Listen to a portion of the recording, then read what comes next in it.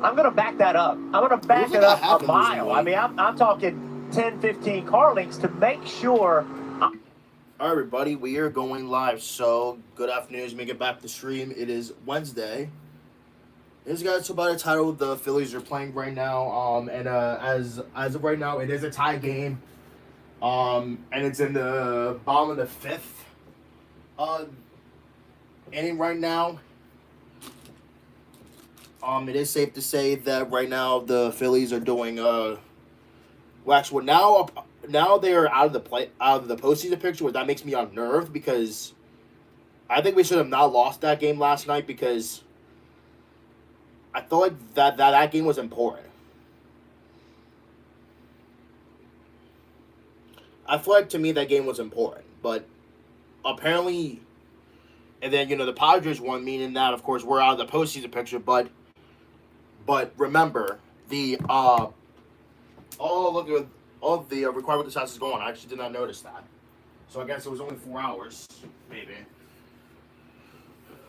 But yeah, I guess that I'm guessing because the tiebreaker wise, I mean that's probably why.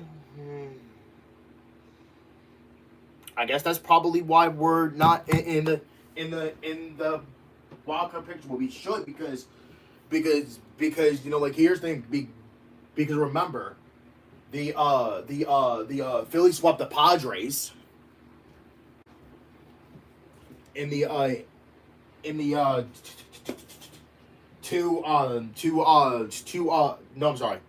the Phillies swept the Padres in this season, meaning that we should be above them rather than below. So I don't understand why. I just don't understand. Like, why are we not in it? I mean, we should because again, as I said, the Phillies are. The Phillies are currently. They shouldn't be out of the postseason picture, but apparently they are, and that makes me unnerved. And it looks like I have lost weight. Well, again, even though it does look like I'm freaking pregnant, but again, it does look like that I have lost some weight. I'm like, not a lot, but just like at least some. But I think it's because of my clothes. I think that's probably the reason why my belly looks like a little bit bloated. Yeah, I think that could be the reason.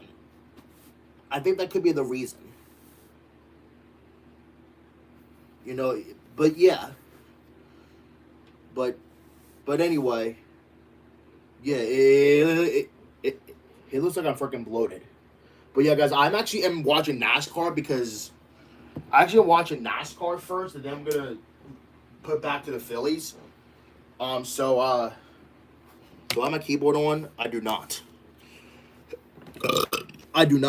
So I need to turn on my keyboard. And yes, I'm getting a haircut tomorrow too. So yeah, I'm not sure what time I'm gonna stream tomorrow. Hit the pass. But yeah, so I'm gonna continue watching this NASCAR recording that I should have watched, but my job was to give me days that I don't want to work. So yeah. So let's finish watching NASCAR. Know where my brakes are, make sure I can get it slowed down and not speed, because all of this work could go completely away if I get caught speeding. Well, a moment for both Blaney and Gibbs. It looked like Gibbs was going to capitalize on Blaney's moment, and then the 54 had one. He looked like he was down the street at Knoxville in the 360 wing sprint right there, chasing that big tail to the right. Just ran through it. They must have thought there was something on the track, maybe, I heard. But man, that was a big wiggle for the 54. That's what it looked like for Ty Gibbs. They both got loose. Well, then we heard him say we both just ran through it. I don't know if he means something on the track or interesting. Maybe it's one of the seams on the track. Maybe it's an error situation. Oh, looks like a oil down, dude. Oil. Ty Gibbs filled his fluid on the racetrack. Well, let's see. Flew He's down, going to go dude. right back where he was, trying to make a pass. He stays away from that seam, stays lower than what he was before, what a corner. and capitalizes and passes Ryan Blaney. I mean, second place. A power pass. Yeah. I mean, that didn't take multiple laps. He just rolled the bottom. Christopher Bell, here comes your teammate. He's 2.6 seconds back and on a charge with 72 laps left here in Iowa. Christopher Bell has gotten hung up in this, as Chase Elliott has as well. Chase drove away from the 20. They got to some traffic. Chase has not been able to get by him. Neither has the 20 of Bell.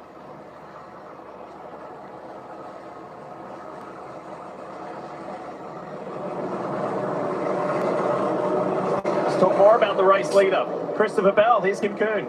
And in preparation of these upcoming pit stops, they did tell him build as big of a gap as you can to second. Now these lap cars might hinder some of that progress. Talk to crew chief Adam Stevens about their strategy for the final stages. There is a reward to coming early and splitting it more straight up as long as the caution does not happen. Back to what you guys were talking about earlier, straight up is about lap 284, 285. Now Adam did say there will be teams that run long. They got burned in North Wilkesboro a few weeks ago. Do not want to get trapped laps down, so you got to look out for guys to stretch it as well. And you know, Kim, if we're hearing potential oil from Ty Gibbs on the radio as a crew chief, that doesn't settle my nerves about coming early, right? If that really is out there. I'll be right back. I just told him. Huh?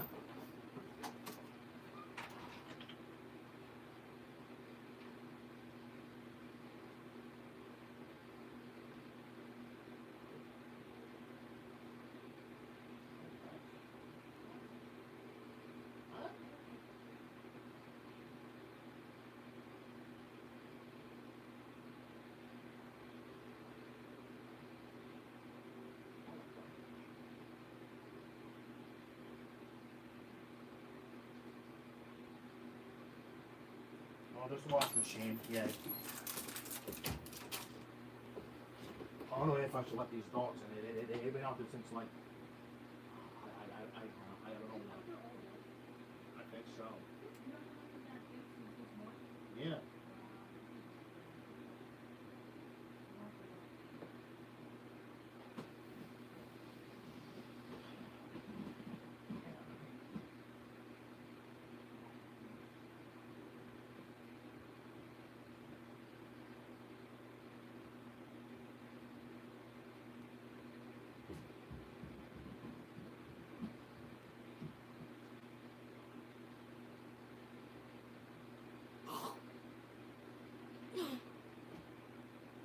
God.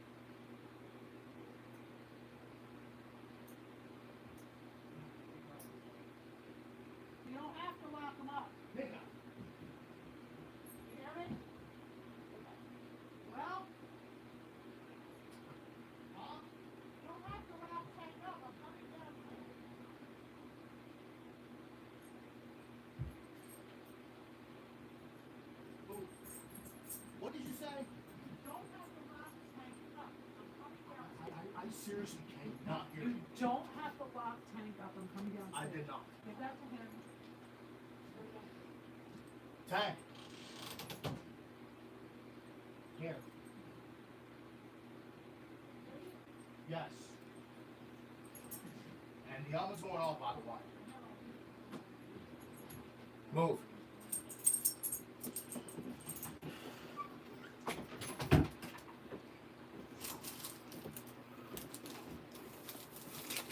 Maybe somebody's leaking. It may not be enough for a yellow now, but whatever is leaking, does it fail? Do we oil the entire track down where the caution may have to be thrown out? I'll tell you what, one thing's for sure, Jeff, is that Ty Gibbs is closing the gap on his teammate and race leader Christopher Bell. He's taken 3/4 of a second out of him in the last 2 laps. Christopher Bell finally got by the 35 of Herbst. And you see, now the 9, they've got freed up. There were 2, 3 wide in front of them, and it just slowed them up so much. But now the 9 made an easy pass. Is that Series Oh, well, they got good fiber too. Of Ty Gibbs. 2.1 seconds now between Bell and Gibbs. 68 laps to go. This is a moment of time when you 9 are grams Ross of Chastain fiber. and Brandon Sheesh. McSwain. We talked about the day they're having. They have to decide, is this the run they're looking for a 4-race run to make the chase? 9 And grams I of say that fiber, because they're brother. close enough. At 5 seconds back, if they pit right now, there will have to be a reaction from the leaders. They could come in, they could be 9 4 grams 10 of seconds fiber. faster lap, they could flip those guys. That So is- the question that is a who's lot. going to be the first to come? Will it be Chastain? Will That it be is a Blaney? lot. I don't think it's going to be Bell. I think 9 he will grams. wait to see what everybody else does and will react.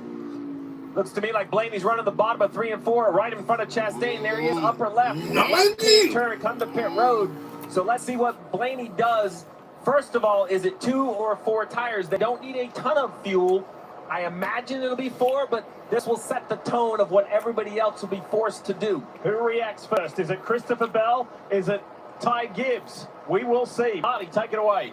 Yeah, it's interesting because Jonathan Hassler's kind of been contrary to the entire field all day long. Remember, right sides only on the last stop for Ryan Blaney, but his teammate Joey Logano made back-to-back right side runs work, but Hassler's going to go with 4 tires. Blaney at the end of the run said, quote, "I'm dying here. I just need way more rear grip." Hitting with 65 to go. We'll see how the rest of the field reacts. And you see the 20 just stuck in traffic still. Adam Stevens is probably thinking we are bleeding time. This is going to hurt us even more. Do I have to react? Do I have to come? What about Ty Gibbs back there in second? There's Hamlin to pit road safely with the brake issue. Dave Burns, he's coming your way. Eddie Hamlin for the first 20 laps said the car was tight, then it went to the neutral side. Now it is going loose. They will indeed take 4 tires and get just enough fuel for Eddie to the end. And with Bell caught in traffic, Gibbs has closed that gap to 1.7 seconds. What a fight between the JGR teammates. And what does Blaney's first stop do? Being the first to stop, I should say, against these Toyotas. We'll find out. There's the Menards Ford.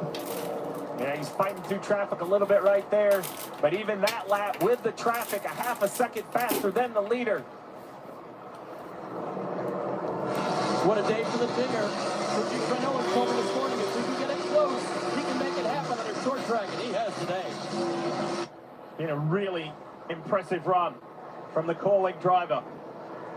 Watching the race leader on the right-hand side of the screen. Christopher Bell, when does he come? Jonathan Hassler may have made the pit call to win this race by gambling and bringing his driver in early. I love the aggression. Well, the question is it 20 matching? Well, he's already waited so long that I feel like he has to keep running because I think he's going to have lost the lead to Blaney at this point because Blaney's out there running. 60 to go. You know, Blaney's out there running 24 fours to, well, 3/10 a lap. Maybe he hasn't lost the lead yet.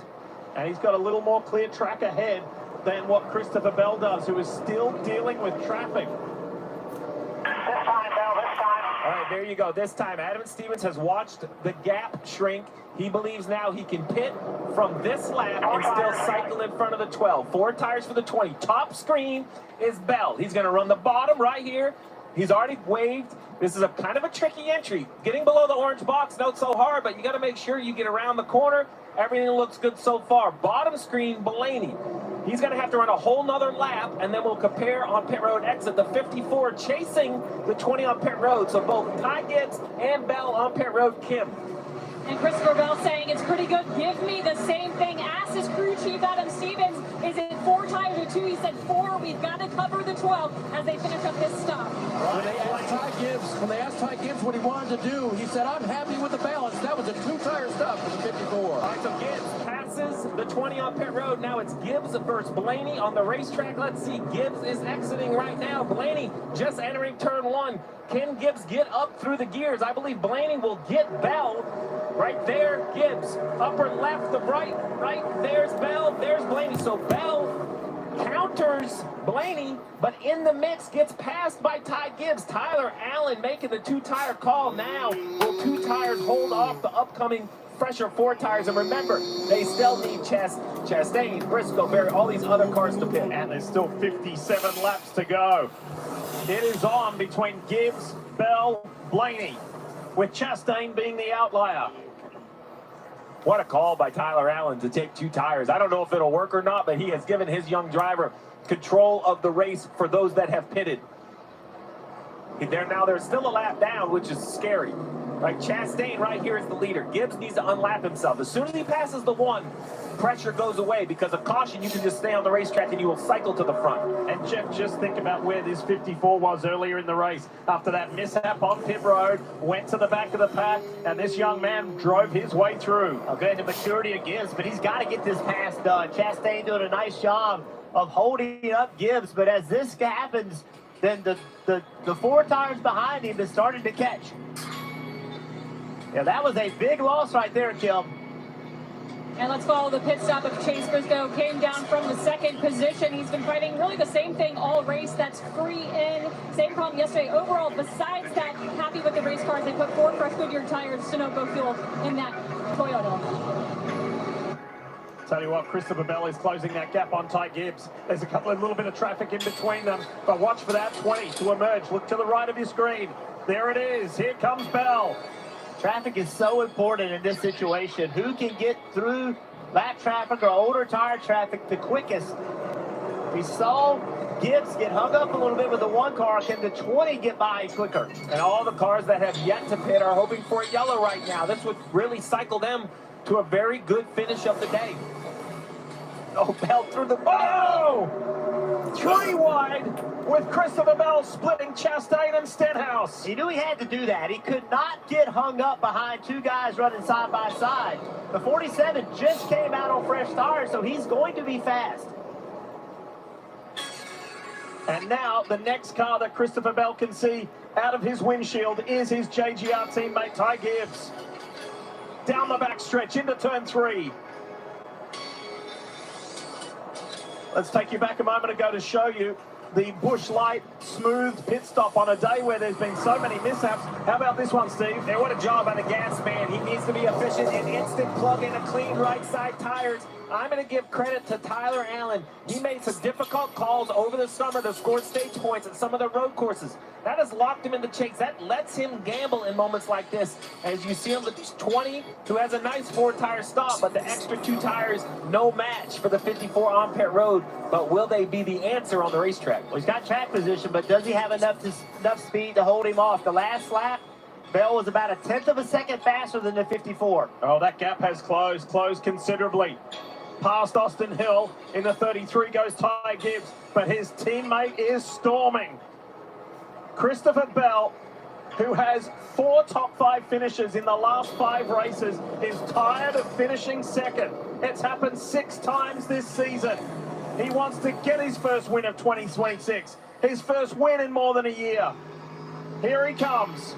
You also have to remember, Dick, how many people have made mistakes today on the racetrack, pushing, trying to get everything they can out of the race car. You have to operate on the edge, but if you cross the edge at this racetrack, you will pay the price. It is game on between the teammates. What a fascinating just cycle that was. Whoa, Gibbs loose. Lap before that, Gibbs was faster than the 20. A little bit of traffic now for Gibbs, though. The 7 of Suarez. If he's still there on exit, that'll be a huge penalty for the 54. He is. I almost want to say to Eric Peterson, don't rip the track up, don't resurface it. The way that it is right now, it gives us such dramatic racing. And just the attitude of the cars and how the drivers are forced to respond and catch. I am fascinated, though. Remember, these corners are brand new, only a couple years old, and they go all the way from the white line to the top of the new pavement. If that goes all the way to the wall and the progressive banking is there, are we literally going to see cars from the apron to the fence? Oh, I'll tell you, last year or 2 years ago, when they paved just these parts of the racetrack, the drivers wanted to pave the whole thing because they thought you would race from the white line to the wall. There's Tyler Allen, crew chief for the 54. Left rear tire says no. Left rear tire says nope, meaning the older left rear tire is probably very loose. While we are captivated by what's happening at the front of this race, let's work our ways back a little bit. Zane Smith runs in third. Connor Zilic runs in fourth. Bubba Wallace in fifth. There's been some movement within the top 10. Now look at Bell. He's within a car length of his teammate. You heard Gibbs talk about it. Left rear tire says no, and he tries to lean on it, standing on the throttle. He just does not have the rear grip that he needs.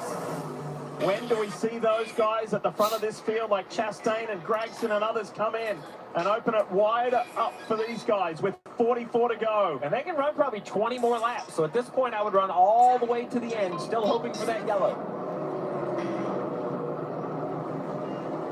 Crew chief versus crew chief. What's this like, Steve, when you go head-to-head with a guy in the same company? Well, there couldn't be just a more differing resumes. Look at Tyler Allen, a win this year with the 54, 59 starts on top of the pit box, a huge future ahead. But we look at who he's racing against. Adam Stevens, over 400 starts, 41 wins, 2 championships. He's done this for over a decade. Tyler just getting started. Adam Stevens has been there, and they're both at the same organization. Remember early in the race when Bell was trying to pass Blaney? This is what he did. He ran the bottom of the racetrack, ran the bottom. That drug Blaney to the bottom of the racetrack. And then as soon as that happened, Bell jumped to the outside. I wonder if Bell's trying to set up Gibbs the same way. Hey, we got an answer on those. Zilic and Smith and Bubba Wallace, they're all in. They're on the Busch Light pit road, so that's opening things up even more for the 2 drivers we're watching now. See, Bell went to the top Wait, and a immediately total solar Gibbs eclipse. drives his race car up there to block that air. Oh, that's dad. See what they do over here. Still waiting for Chastain, Gregson, Nemechek and Gilliland to pit. What a fascinating scrap between the 2 Joe Gibbs Racing Toyota teammates. Now they're catching this car. How is that going to affect catching the 34 car? How is that going to affect how the 54 car drives? How can Bell take advantage of it? And you got the 38 coming out on new tires. Will he be a factor? Bell just loves the outside of the racetrack. They're coming across the line, and Ryan Blaney, who was closest to them, has just crossed the finish now. There's Coach Gibbs watching his drivers, one of them, his grandson, put on just an epic fight here in Iowa.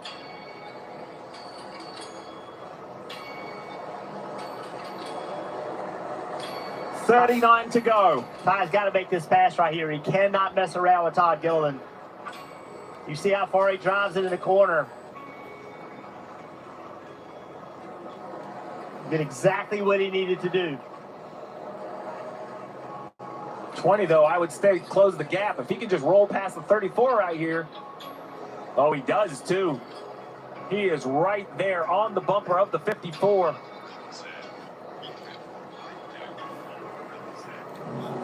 Meanwhile, Ross Chastain stays at the head of this field, but yet to pit with 38 to go. Noah Gragson and John Hunter Nemechek the same. Before it opens things up for the 54, who has the effective lead right now, but not the real lead of the race. Whoa, he is way loose. Christopher Bell with a big slide. Look at the gap it created. So Bell tried to ask more of his race car, and it was not there. He could not find speed where he was looking for it. And that slide is tire life. You have angered the tires. They are not going to want to recover quickly. I'm sure in the 54 radio, Tony Hirschman on the roof is letting him know, great corner, you've gapped to 20. 20 car lengths back to the 20. Bell is struggling right here. Yeah. Settle in, cool those rear tires, Ty. You have a gap. He has traffic. And remember, Gibbs rolled the dice the most by taking just 2 tires on the last stop.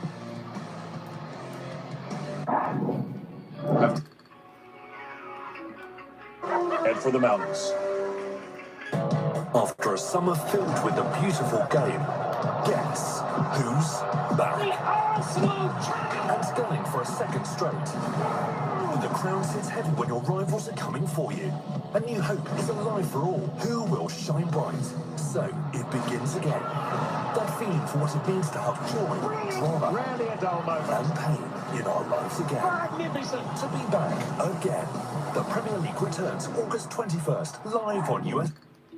To go here in Iowa. We'll bring you post-race coverage as well, all the celebrations and interviews. And then after that, stay with us for the first of a 3-part series, NASCAR Americana, that premieres tonight, and that follows our post-race show. So much still to come here today on a great day in the heartland. You're looking at the Sirius XM Toyota Camry, the 54 of Ty Gibbs.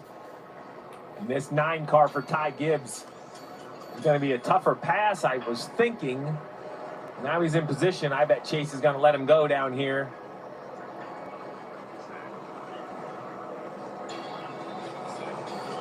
Yeah, because remember, currently not the leader. The leader of the race is Chastain, then Gregson. So 2 cars yet to pit. I believe Chastain is thinking you see only 9% of fuel left, maybe 8 more laps or some, maybe 7 more laps, maybe even just a gas and go. Been a really good day for Ross and Trackhouse in this one car, the Busch Light machine. How's it going to eventuate? How's it going to work out? 28 to go. He's got a pit here any lap now. Rolled the dice, was gambling on another caution. And he should rejoin in about the 9th position, 9th or 10th position. So I still think Chastain's looking at a top 10 run. Well, he made it clear this week that he felt like he couldn't make the chase. Yeah. He thought the points were just too big of a gap to get there. But what's he looking for? If there's a caution right now, there's 7 cars in the lead lap. Exactly. He comes down, 4 fresh tires, air him up a little bit, sprint for the finish. You're almost guaranteed a top 7. Yeah, and he's been running in that top 7, top 5 pretty much all day. He's got Denny Hamlin right behind him now. An important pass for Hamlin, much like the others, to get back in the lead lap, because that a caution, he can pit as well. All right, maybe, just maybe, those tires, those Goodyear tires have stabilized for Christopher Bell as Ty Gibbs tries to negotiate a move around Noah Gragson. Noah needs to pit too. He's in the same situation as Ross Chastain as Gibbs goes to the low line in turn 3. Ty's done a nice job of getting by lap traffic. He really hasn't gotten held up much at all. The way his car is driving and the way he is driving it, he is timing them. To your point, Jeff, really good. Giving up a little entry, right, to really roll next to him or clearing them on exit. Oh, not sure Noah knew the 20 was going to go to the outside there. Gave him space. I feel like the 20 car has gotten a little better. I think he was too loose when it took off, and I feel like it's starting to calm down. Pretty clear track in front of Ty Gibbs now. You see the car, I think it's Carson Hocevar, who just left pit road up ahead. Has an intermittent engine issue, not exactly sure the overall pace available to Hocevar. His laps aren't way off, though, so it's interesting. The 20 almost looks like he overdrives the middle, and he uses the second lane for exit. It's kind of just an odd-shaped corner. Yeah, it really does. And I think he's just really comfortable with his car, leaving really high.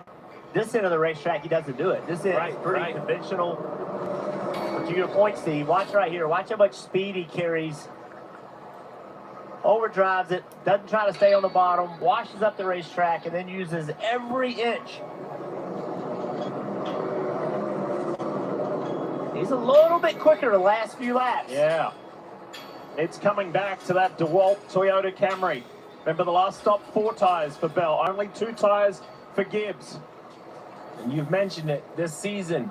A second at Indianapolis, a second at Atlanta, second at Chicago, second at Nashville, second at the 600 back at Charlotte, second back at Phoenix.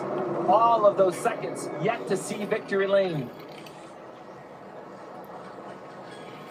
I believe the one at Chastain peels off the banking in front. He's coming to pit road. You'll see that in your pylon. There he is. We'll see if he does 2 or just gas. Either way, nice run for the one at Chastain. It had to feel good, Jeff, to just be up inside the top 10. Get that adrenaline flowing. A lot of speed coming to pit road. All right, so now officially, Ty Gibbs leads this race with 20 laps to go. Less than 20 miles left in this 306-mile race. And it's teammate versus teammate for the victory. Can it be Christopher Bell's first of this year? Can it be Ty Gibbs' second? There's his mum Heather looking on. It was an amazing celebration at Bristol earlier this year for Ty, his mum, for his grandfather. And let's be clear, you mentioned owner Joe Gibbs. Heather Gibbs is absolutely Tyler's mother, but she has not just become a mother to Ty. She helps run this organization. Sure does. She's active in the day-to-day. I can only imagine the emotions she sees as her son gets run down by the other driver or one of the other drivers she employs. She used to watch her son win BMX races. Yeah. Now she's watching him win NASCAR Cup Series races and just maybe his second one. That's the first time I've seen Ty Gibbs' car really wiggle off turn 4 that time on corner exit. Car really moved around a lot. Almost A1 is almost a car lap down. That was much cleaner and faster. Nope, actually Bell was faster. In the first 100 laps of this race, Ty Gibbs had a little hiccup on pit road and he went from 4th back to 28th. He didn't lose it. He rallied, he stabilized. Great work with Tyler Allen as well, his crew chief, for them as a team to rally and come back. And now he's 17 laps away, 16 laps away from winning here in Iowa. That's making it 3 different winners in 3 years. But Christopher Bell's not done with. Here's the 20. That's as close as he's been. And now Bell gets out of shape. Every time he tries to ask more of the car, it's just not there. It's so hard when with 15 laps to go. There's the win right there. It's so hard to not overdrive it. And now that the pit stops are complete, basically the running order is what you would imagine. Barry in 4th, that is for real. He has already serviced his car. Great run for Barry. Chastain cycled to 7th. Allmendinger in 8th. Nigga, what are you doing, Let's sir? not lose sight of Ryan Blaney. There's still 15 laps to go. He's just over 6.5 seconds back. Can you, move, please? Has he got something special left Can you, at move, the please? end of this race to catch these JGR teammates? It's a big ask. Can you, move, That's please? a big chunk of time. Move. But he's got 14 laps to do something about it. That's the highest I've seen Bell in the middle of the corner. I thought he jumped the cushion, but he did make the corner, and it worked. Watch this. You can't even see the seam with the right side. He's so high. He gets all the way up right there. I think he's out of the new pavement, yet it's still turned. Steve is a crew chief, Jeff is a driver. How does this 2-tire stop for the 54 working so effectively? Well, I think what we've seen is good handling race cars. Fresh Goodyear tires just aren't a huge advantage. Tyler Allen thought that it would work. Gibbs was frustrated because he thought the left rear gave up, but the 20 he had one clean run out of it, it didn't work, and now it feels like it's equalized. I do believe the 20's quicker, but catching and passing, 2 different challenges. No doubt about it. And Ty Gibbs, he's just done a really good job. We've seen the car wiggle a few times, but nothing too bad. He's been very consistent with his lap time, and I think that's just what he has to do. You don't have to do anything. You know, you have to be perfect. You don't have to be the fastest every single lap, but you cannot make a mistake right here. Well, this is fascinating between the top 2. I want to share the love and give a shout out to Josh Berry, the Wood brothers. He is legitimately in 4th place. He has been strong all day and has worked his way up into the top 5 here in these closing laps. Great run, Josh Berry. And this is going to be a bigger challenge for the 54 because the Busher that 17 is a lead lap car. So he just doesn't want to pull over. He's going to battle the best he can. We'll see what type of fight he puts up. Super respectful or nothing to race with. I'm not sure which for the 17, but an easy pass for the 54. Have you noticed how decisive Gibbs has been with his overtaking? He's done a great job. It has been spectacular. Here comes Bell. He responds. The laps are counting down. That's the first time I've seen the 20 car on the bottom, not using that odd shaped groove in 3 and 4, and it worked. It's going to make it harder to defend because now Ty doesn't know exactly which lane he needs. And he tried it in 1 and 2. It worked in 3 and 4, so he went ahead and tried it in 1 and 2. Let's see what he does this time. Ty saw it, and he went lower. Nothing between the teammates. A car length, 2 car 9 laps to go. and 8 laps to go. Tense on the pit boxes. This time, Bell to the top. Oh, if Bell can get the power down, I like the wider entry. Go back to the bottom. Get that left sides low. There you go. I like this. I like this. I think this is something new that Bell has found in the last couple laps. Great driving, Ty Gibbs, to sustain this relentless pressure as Christopher Bell gets even closer. Back to that right rear of the 54. He's so high. Bell saw this lap car, and he tried to take advantage of where he thought the 54 Gibbs was going to have to run. Now you have to cool your stuff. 7 laps, down to 6. I'm thinking one more big approach, one more big attack.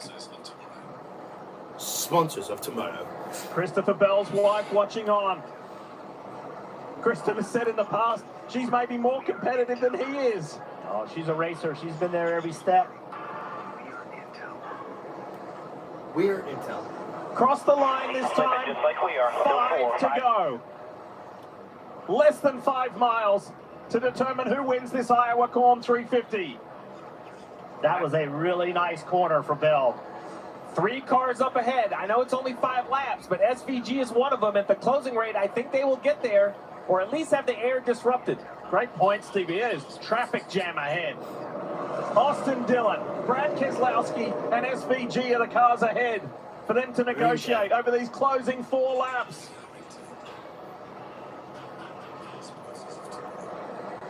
There's Van Gisbergen.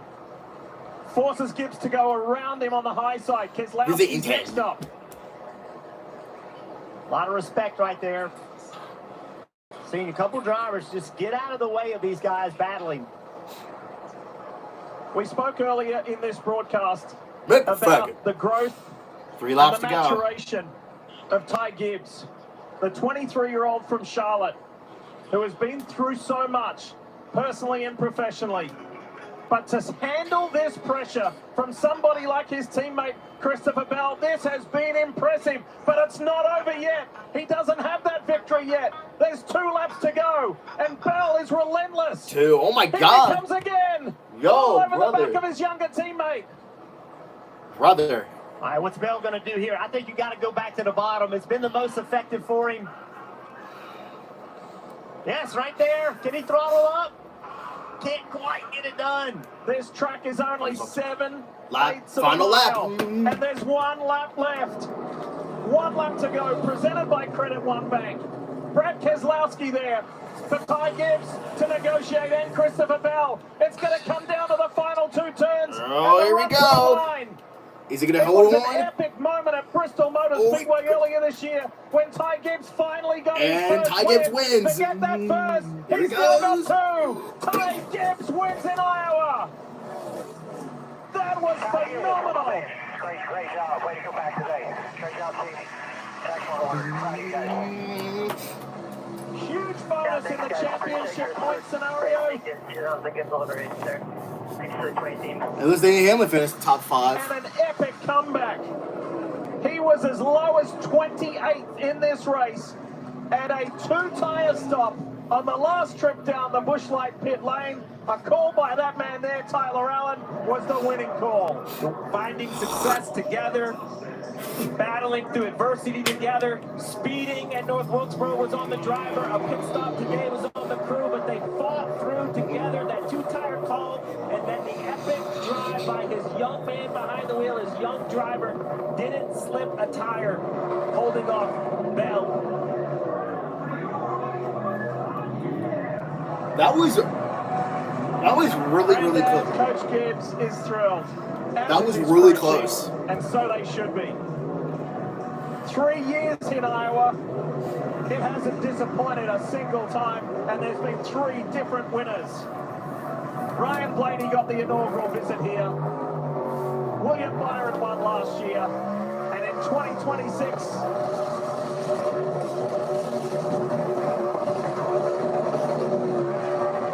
you can see how much it means to Ty Gibbs. Oh, he's thrilled. He's absolutely thrilled. And Toyota's first win here in the Cup Series as well.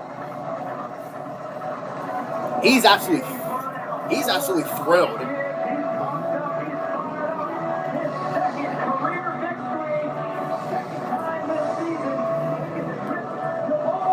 Listen to this.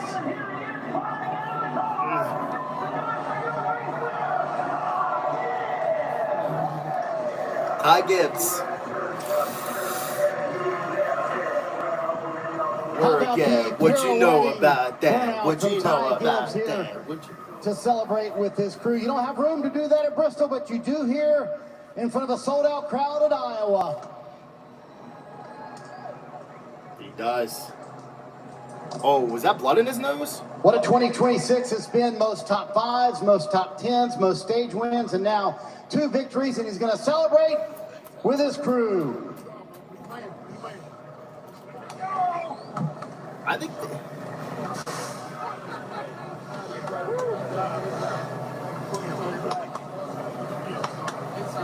His team survived a lot today, including his teammate Christopher Bell tracking him down. How did you keep your composure with Bell gaining on you every lap, it seemed like, Ty? Yeah, just had to keep my head down, gel up, and stay in it. So I appreciate my team, Tony Hirschman. All glory to Jesus Christ.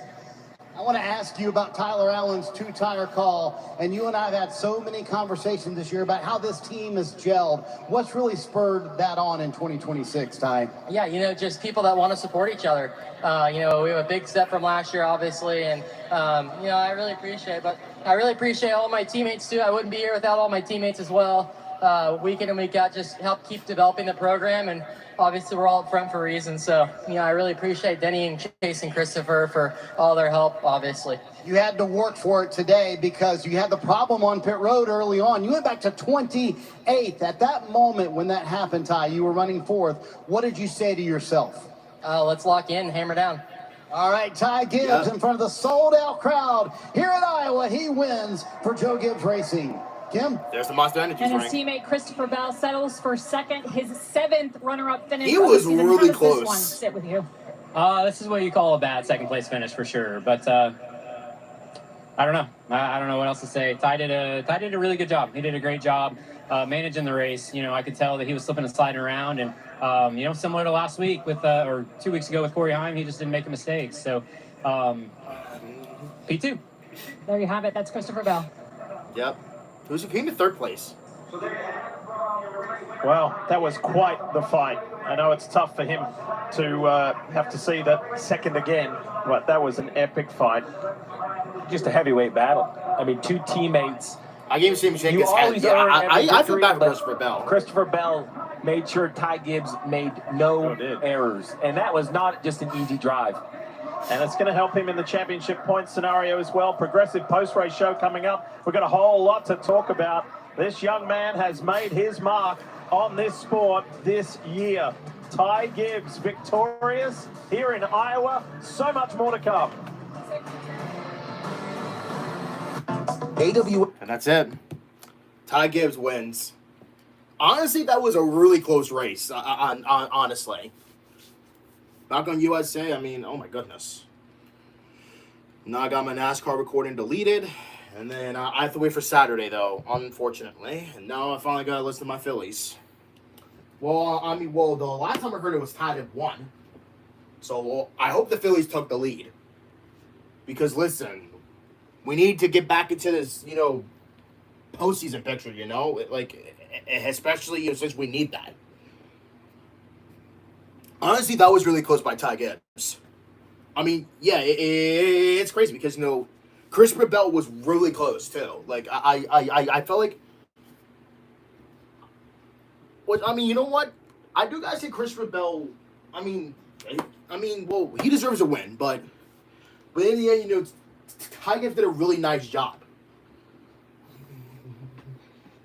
But yeah, you know, like, Ty Gibbs did a really nice job. And, like, Christopher Bell was going ham. Like, he was really close of winning. But in the end, you know, but you know what? In the end, Ty Gibbs won, and yeah, we're find out on Saturday. Well, even though I work on Saturday, we're gonna find out to see who wins the next race, which I forgot where it's at.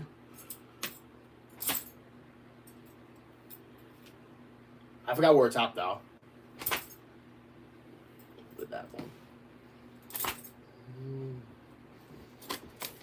Because well, yeah, like last time I heard the game was tied up, but I got really distracted of the Phillies. I mean, no, not the Phillies. The damn what's it called? The damn I got distracted by the Phillies. So I don't know what the score even is anyway.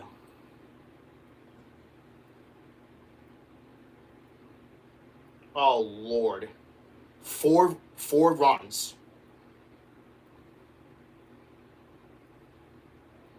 Jesus Christ, that means that we're probably gonna lose the series. That could be likely. Jesus, 4 runs. Yo, well that means that we're gonna lose the series very likely. 46 hits with runners in scoring position on the year, so that means baseball. And Walker is going to join in right behind him in second Major League Baseball. These two guys, 3 and 4 here, do some serious damage. Not just the Cardinals team, but just all across baseball. Walker had an RBI double. Last time up, here comes Caleb Coffin to make a visit to the mound. Chase Sugar is warming up.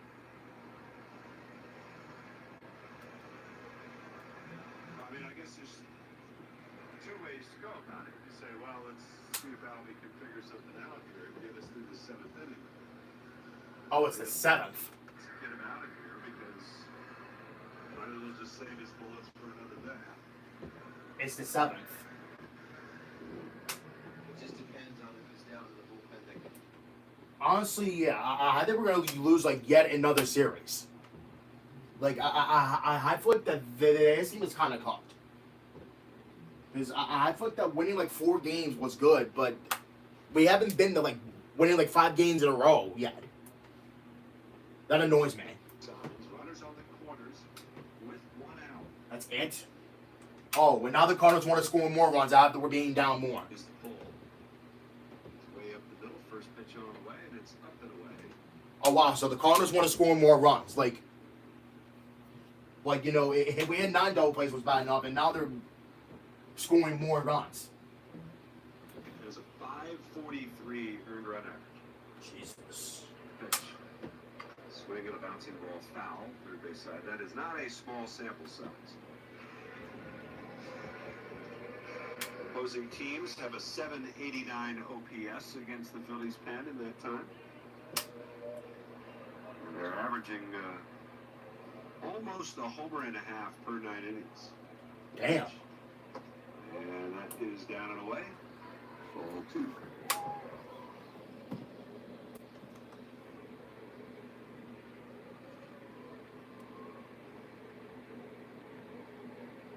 So I would presume it's 4-1.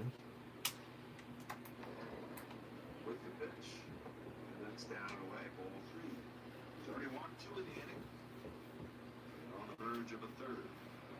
Load the bases. Church waiting on that.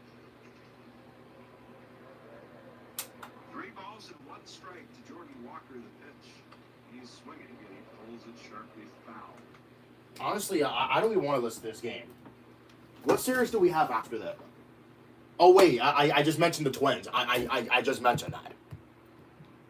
Yeah, but we actually play the Field of Dreams game first, and then we finally get a day off, and then because since we're traveling to Minnesota, after that. Honestly, I don't know. Like I really feel like that the Phillies are probably not even gonna make it to the postseason. Well, that's their fault. I mean,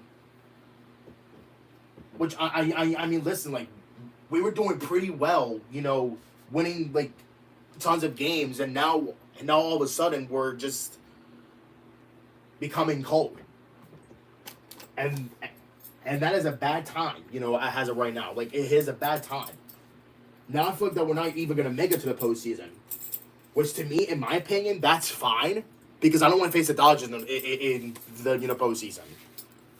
Because no, by the time it's the end of the season, it's gonna be I think it's gonna be the Eagles. I think by then, and I believe also it's gonna be out of the Flyers or the Sixers preseason. I think it's the Sixers preseason first. I think, or is it the Flyers? I don't know. I don't know. I don't know. I don't know. Honestly, I'm just gonna put it as a loss again.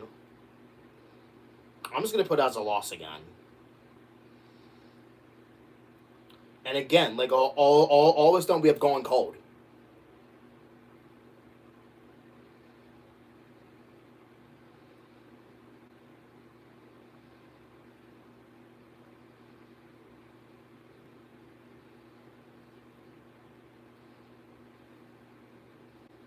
It is not August 11th. It is the 12th, not the 11th. It is the 12th, not the 11th. Wait, I'm gonna close YouTube. I don't know. Like it's the 7th inning. Like, why are we not doing anything? And we only scored 1 run, and that was the 5th inning. Yesterday we had numerous of chances. 93 earned run average. 38 in the third innings, but 9 homers allowed in those 38 in the third. And what's going on here with the bases loaded for the Cardinals? 1 out, and Nathan Church will be the man to face him.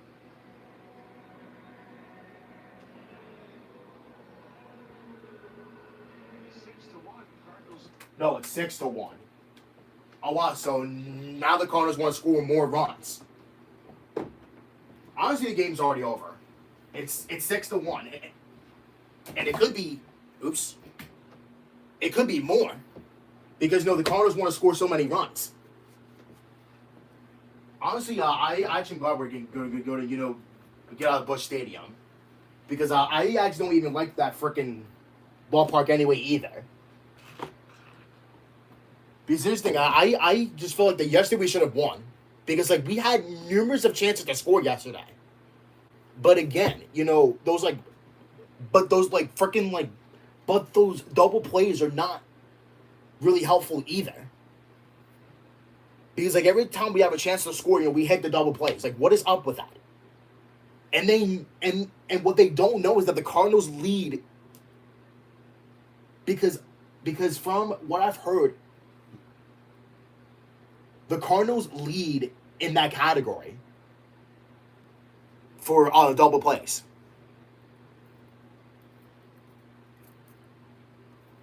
Or no. Let me rephrase that. The Cardinals lead. No.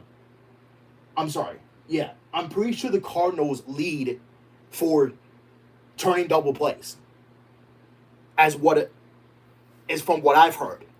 And which they do, like, we got to stop hitting double plays because, they do not know that the Cardinals lead in that category. And we're going to face them again at home, though, which that should be important. Because, like, if we keep losing, we're going to be out in the postseason. Like sooner rather than later, and I personally, because listen, I personally would love to go to the preseason. I mean, not preseason, the postseason, but, our offense is just crap, and so is our bullpen. Well, mine's Yohan Duran, and I'm pretty sure he's the only guy that I like in that bullpen that is really good is Yohan Duran, and it looks like that Wheeler is also going to get a loss as well. And I thought Sanchez was going to get a loss, but he didn't because it was scoreless. So it technically would have been up to the bullpen. And of course, we got Nolan on the mound tomorrow in that Field of Dreams game. So I don't know how that's going to go. Probably not good. And I already know for a fact. Honestly, the Phillies could have won yesterday's game and win the series. Because again, we had numerous of chances to score. And now we lost yet another series. I feel like that I really don't feel the fact that we've lost, I feel like that we're the team that lost the most. I feel like that we have lost the most season.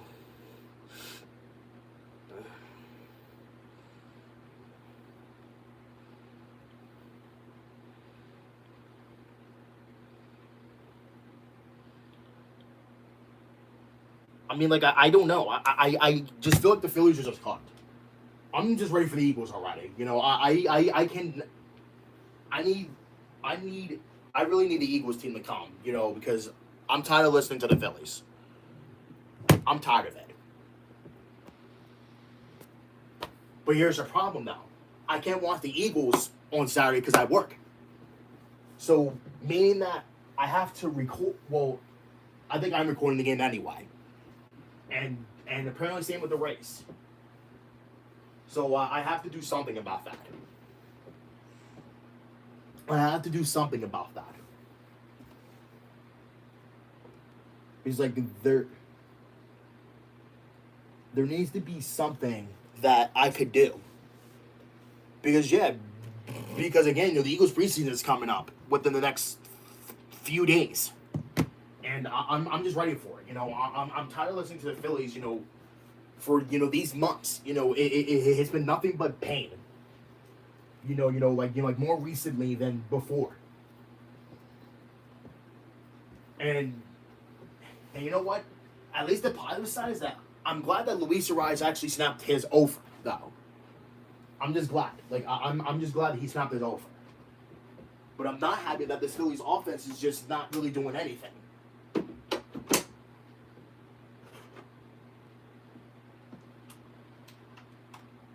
Which, you know what? I'm going to blame Kevin Long because, like, how has he not been fired yet? Which is why, because again, you know, people are going to blame, you know, Don Mattingly, you know, for these losses. Well, technically, no. It's basically Kevin Long because, like, he's dumb. He's, like, really dumb. I'm going to check on my clothes. I'm going to go check on my clothes. Right back.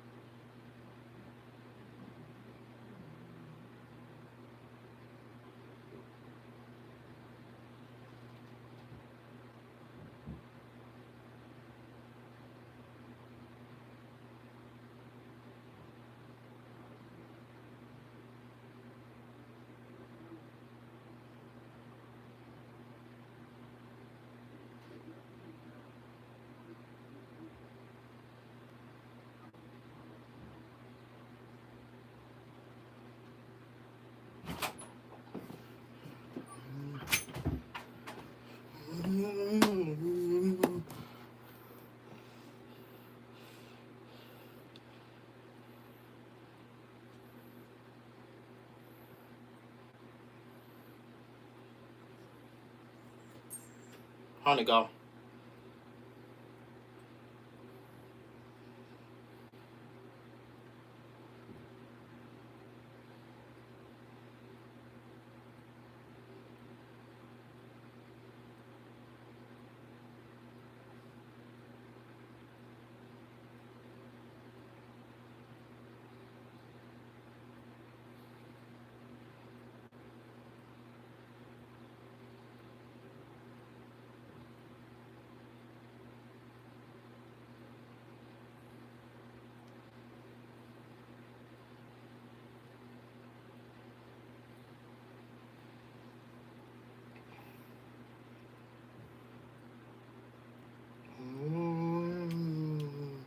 So how's your Wednesday been? How'd it go?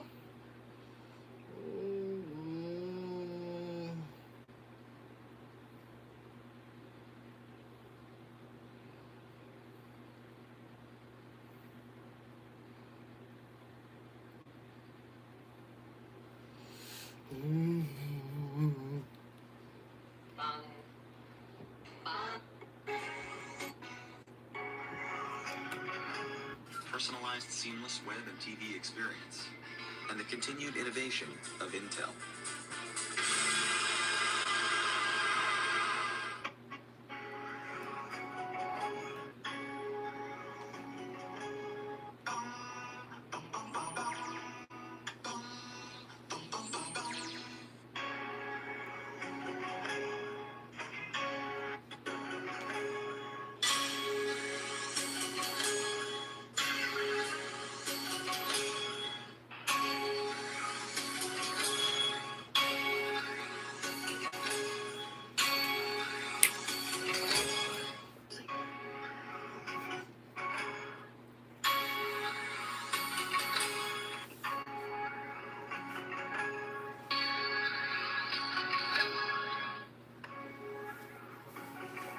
Just purchase any computer.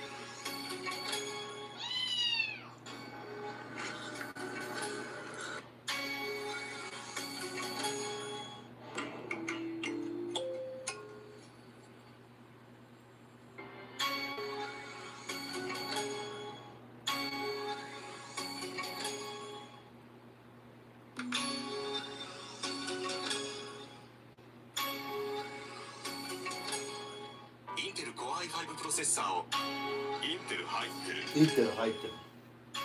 Intel 入ってる Intel 入ってる Intel 入ってる Intel 入ってる Intel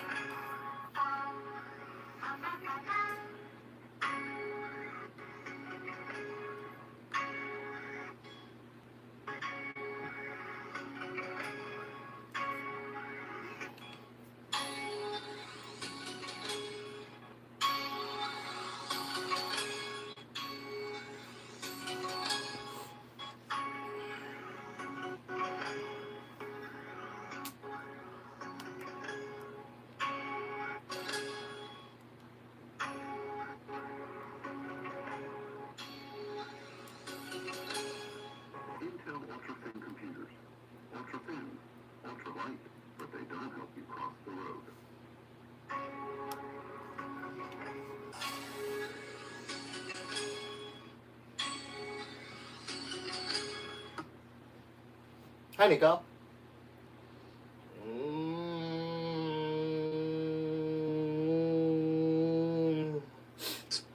Of tomorrow.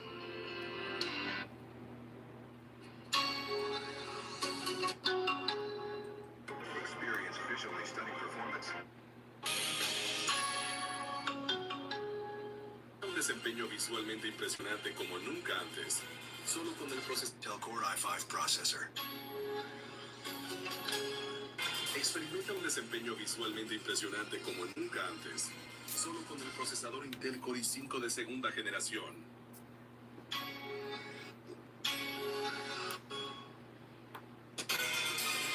Viva uma experiência visual com uma performance impressionante, graças à segunda geração de processadores Intel Core i5.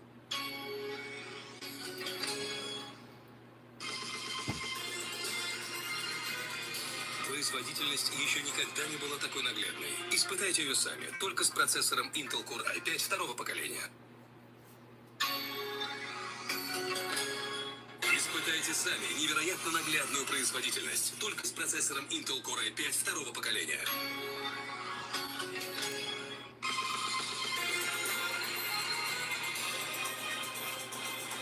Zobacz na własne oczy spektakularną wydajność, tylko z drugą generacją procesorów Intel Core i5.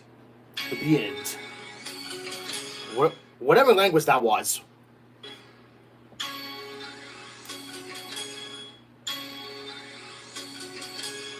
الجيل الثاني من معالج Intel Core i5.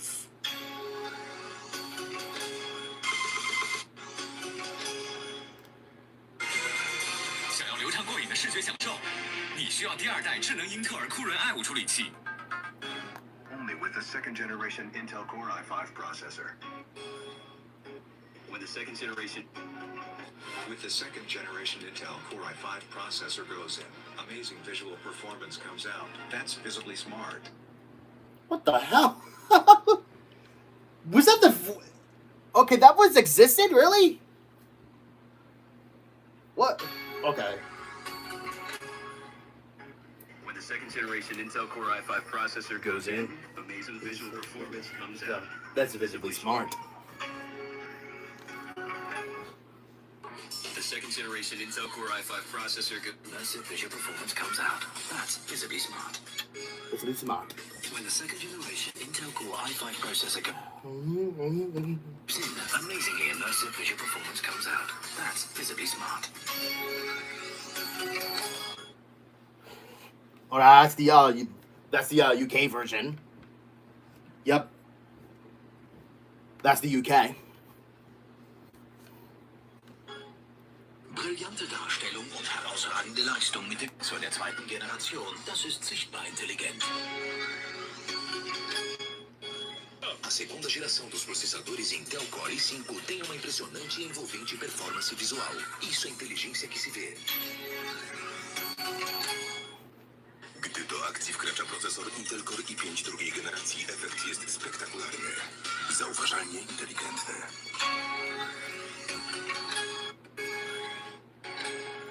Stunning visual is visibly smart.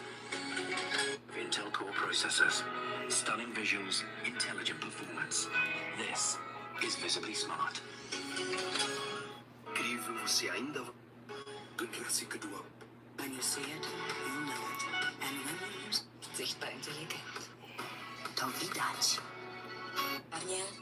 PC powered by the visibly smart second generation Intel Core i5 processor.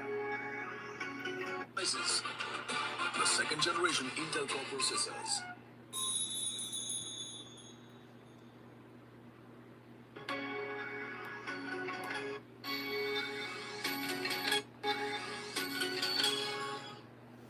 Click the link for more. And see the great prices for these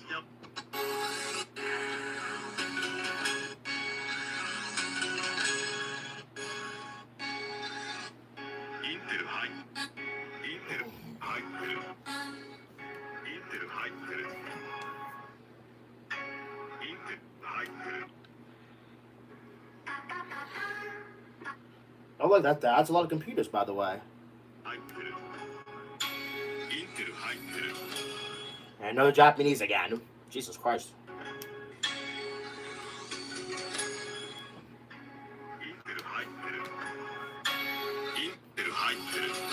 Probably they changed the voice. Powered by Intel. A whole new classic. Computadores com tecnologia Intel. O categoria computer na base processorów Intel. E se tiver selo Intel, sai. Powered by Intel. Nova categoria de computadores com tecnologia Intel. Uma nova categoria de computadores com tecnologia Intel. O categoria computer na base. Powered by Intel. Nova categoria. Everything else seems old-fashioned. Ultrabook, powered by Intel. A whole new class of computers powered by Intel. Tablet, wenn Sie es wünschen. Das Ultrabook Convertible, powered by Intel. Tableta cuando quieras. Donde todo lo demás parece anticuado. Ultrabook con tecnología Intel. Ultrabook Convertible. İstediğiniz zaman dizüstü, istediğiniz zaman tablet. Book convertible, portátil cuando lo necesitas, tableta cuando quieras. Possível, notebook quando você precisa, tablet quando Ultrabook convertible com tecnologia Intel. Need it, a tablet when you want it. Ultrabook convertible, a laptop when you need it, a tablet when you want it. Ultrabook convertible, istediğiniz zaman need it, a tablet when you want it. Ultrabook convertible, a laptop when you need it, a tablet when you want it. Parece ultrapassado.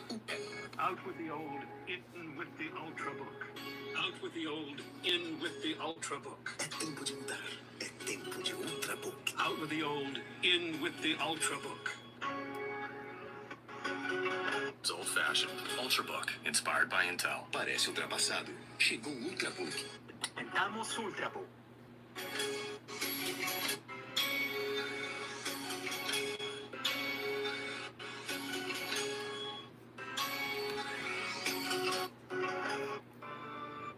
Amazing 4K quality. It's our best processor. It's our best Intel. Procesorem Intel.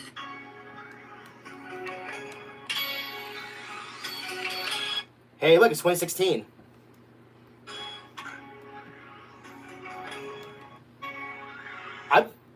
You know what? I think that was my very first seeing the Intel logo. Yeah, that's actually my first time seeing it on television. Because here's the thing, I remember seeing this on like a freaking commercial of like some type of movie or a show. I don't remember when it was. I've seen like most Intel logos. Well, probably up until like maybe like 2021-ish, or maybe 2022. Well, because remember, I used to do that though, you know, because like back in 2018, back then it was the Intel Core 8th gen, basically, you know those type of computers with 8th generation, and no, I think it was 7th. No, I think it was like 7th or 8th, like at the time. I don't remember. And then there was the 10th. And now obviously there's different generations. I think the Intel that they're in right now is probably like the 14th or maybe 15th. I don't know.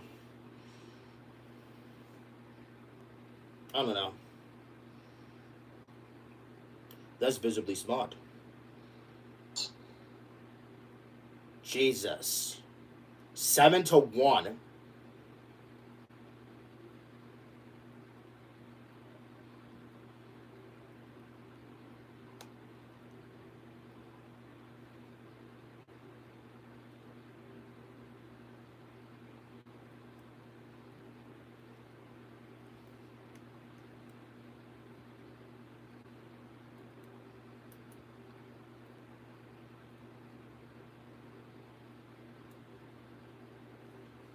Jesus Christ.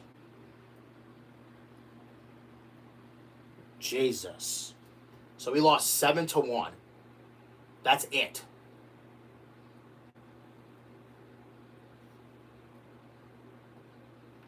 Okay, so at least so they only scored one run and that was it. Okay, so now it's up. Okay, so now we're basically out now. Okay, so now we're basically out because if the Padres win, because that means that if the Padres win, then that means that they're out as well. Hopefully they're not winning. Oh, good, they're losing. Good.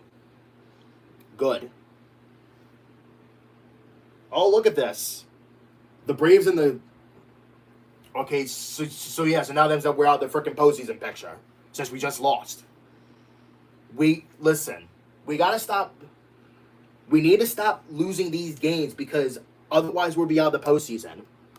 Because now the Cardinals... Not the Cardinals. Now, because now the Diamondbacks because now the Padres and the Diamondbacks are tied. So that means that if the season would have ended now, mean that we would be eliminated from the postseason. We would actually be eliminated from the postseason right now, which I definitely wouldn't want that. And now the Twins are next, and they're 60 and 62. That means that we need to step up our game. That means that we have to now step up our game. Because otherwise we'll be screwed. Because now there's only a month left into this regular season. And if we don't figure something out, then that means we're screwed. Yeah, like, just another brutal game. You know, I thought we were going to win with Wheeler on the mound. But clearly, well, again, clearly we didn't. Because, again, we could have won yesterday, you know, meaning that we would have won the series. But we had chances to score. We had chances to score yesterday and even today, but we only scored one run. Yesterday we scored none. And then still, like, we were still outscored. Because now remember, you know, the Cardinals scored 5 runs on Monday. They scored 2 yesterday, and they scored 7 today. So that means that they outscored us 14-7. That's embarrassing. That is embarrassing.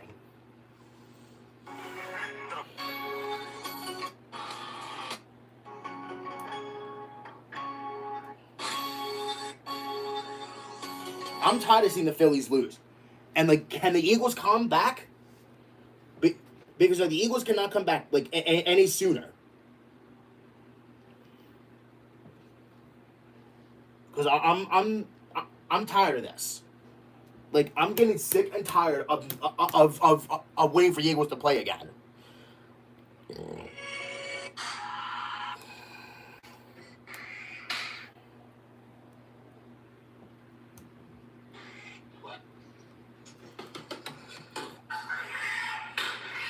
Just pathetic. Like, I just feel like that.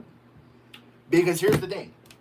The more games we lose, the higher the chance we'll be eliminated from the postseason. And which I don't want that. Which, unfortunately, because now we're only 6 games above 500. And yet still it's not enough. But on the bright side, the Padres are losing, so we need them to lose their game. But we would still be tied. And that's why we should not be losing these games. And again, we still have not reached 70 wins yet.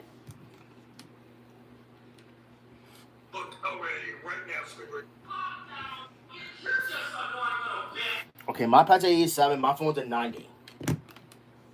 But again, I'm just... What? Oh, I was about to say, I thought it flipped over.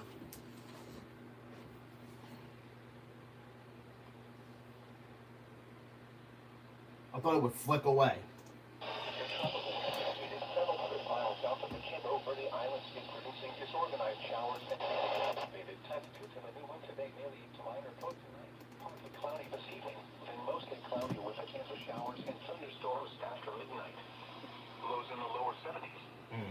Southwest winds 5 to 10 miles per hour. Chance of rain 50%. Good. Thursday, mostly sunny. Oh, that's tonight. A slight chance of showers in the morning. Hot with highs in the upper 80s. Again? West winds 5 to 10 miles than you think it is. Come on. We don't need any more hot weather, brother. Tonight. None. Thursday to Tuesday.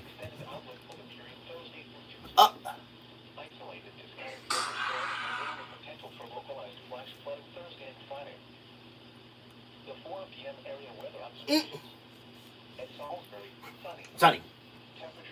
86. 61. 42%. 3 miles. Huh? Damn. Mud sun. 84. 62. 47%.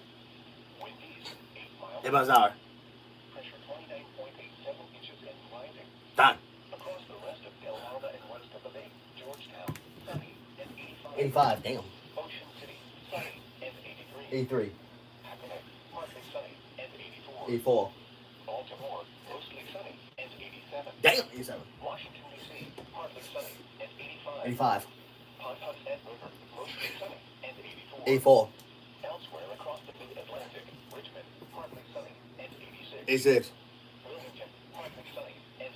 86. Hey, damn.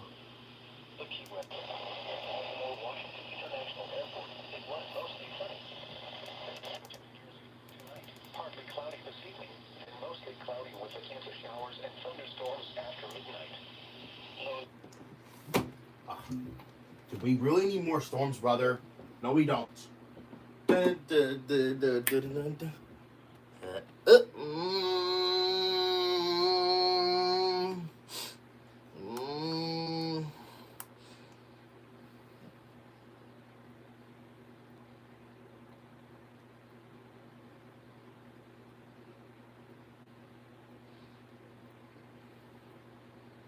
Again, really? Okay, at least it's not going to be hot for a while again.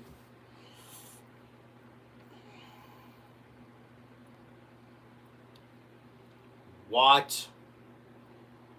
Thunder showers, really, brother?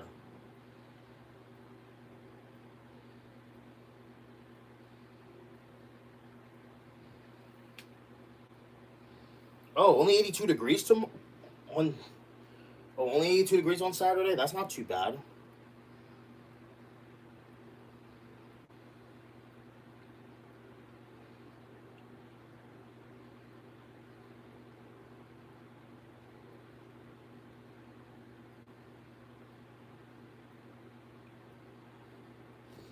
Hi, Nico. Nico! Nico.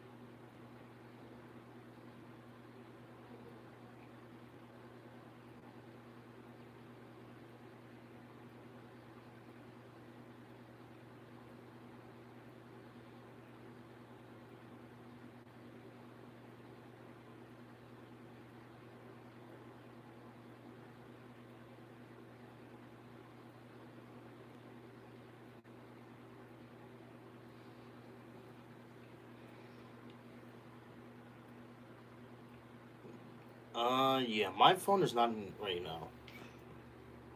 Yeah. My pad is fine, so is my phone. Well, I guess that's it. You know, Phillies already played, and that freaking sucks, because now I got nothing to do for the rest of the day. Wonderful. And I already watched the race, so... Wait, I need to go my glasses. Why am I wearing my glasses? Nico.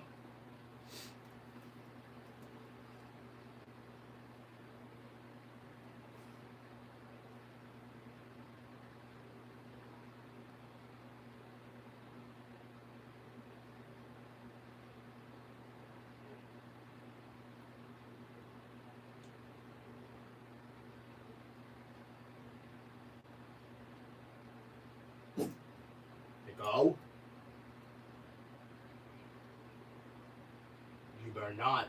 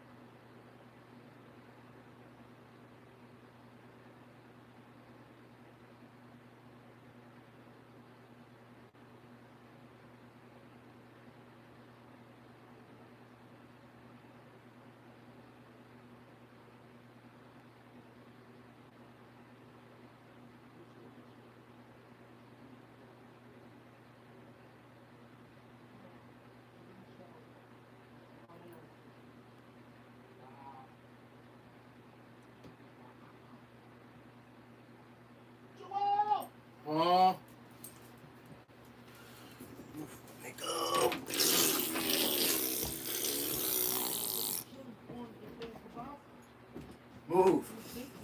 Oh. Just put mustard and ketchup on the pasta. Mustard and ketchup. Mom said she needs you to go cut the backyard.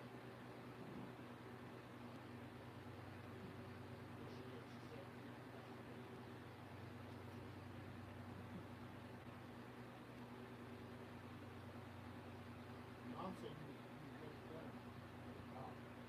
She said fried chicken and macaroni and cheese and collard greens. Damn it.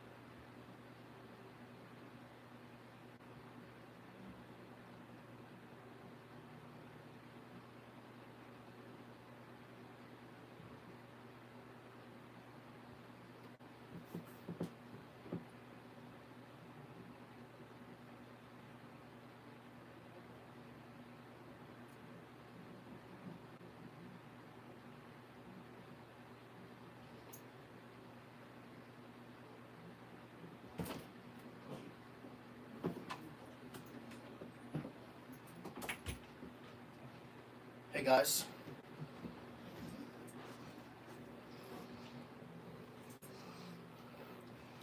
Wait, where's my remote? I was up there.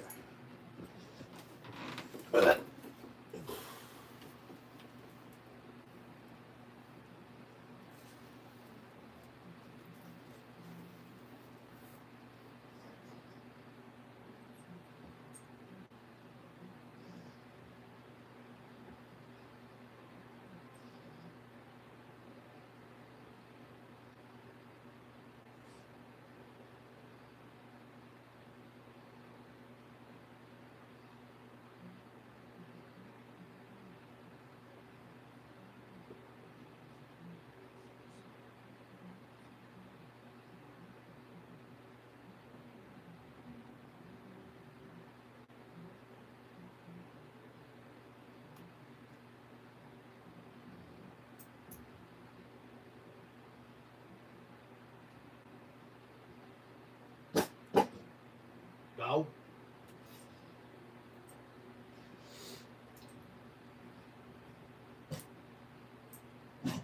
Go. Shut up.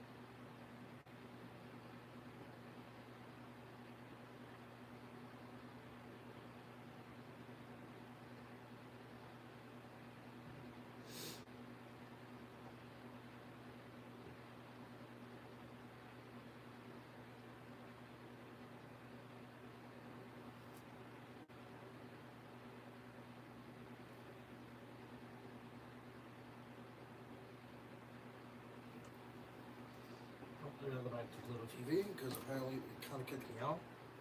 Yes. As I do this.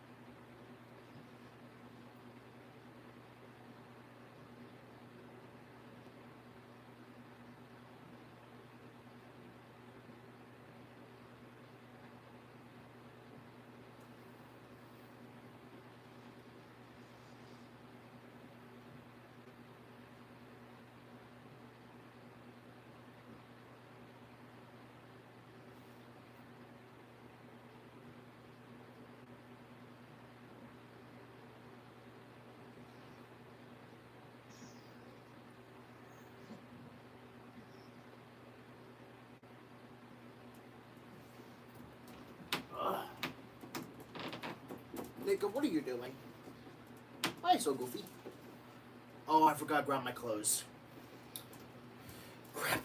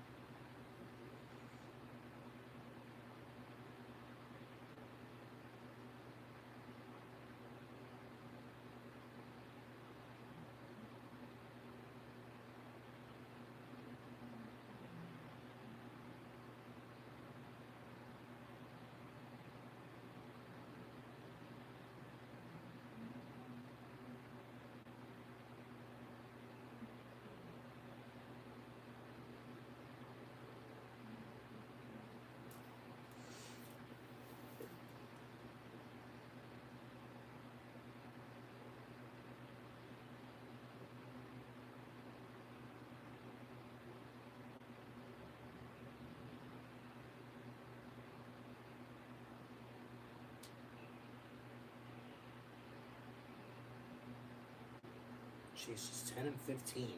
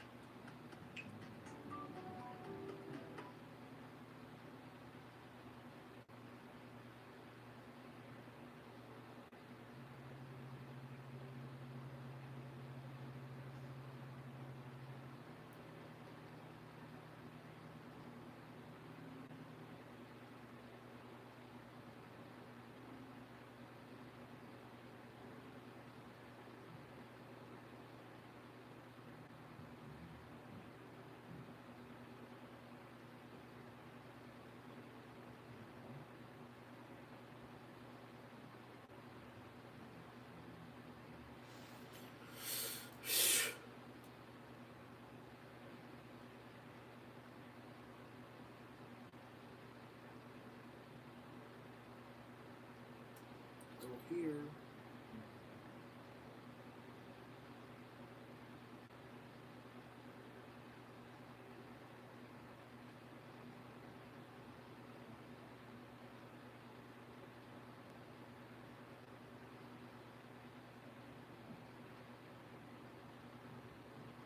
It's just a friendly competition between father and son, where the father will kick his son's ass.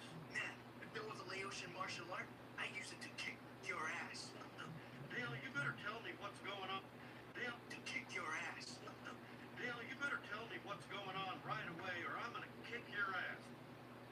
No, I'm not going to. Look, am I gonna have to kick your ass? BD? I can believe the second part. You threatened to kick his ass, right? Of course. Meet me at the book at 9 p.m. I am going to kick your ass.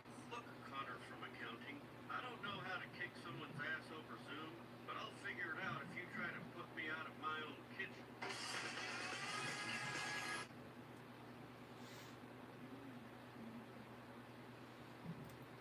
Oh my god, so he still says it.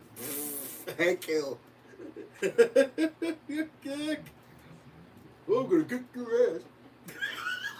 He still says it.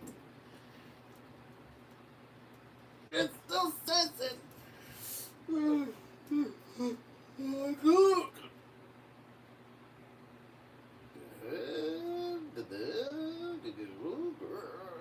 Oh, what do you think? Just like a says you.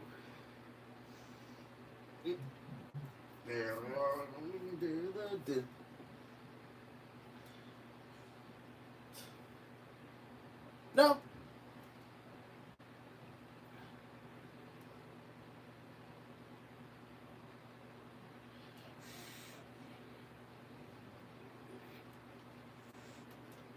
No.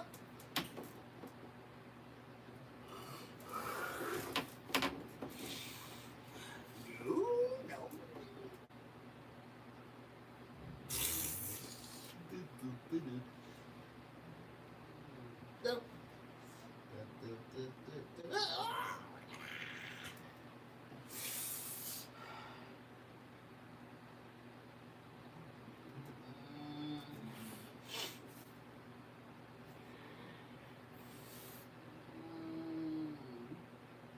No.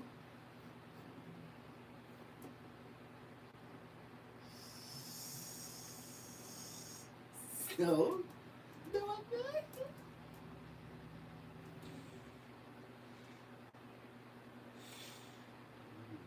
No.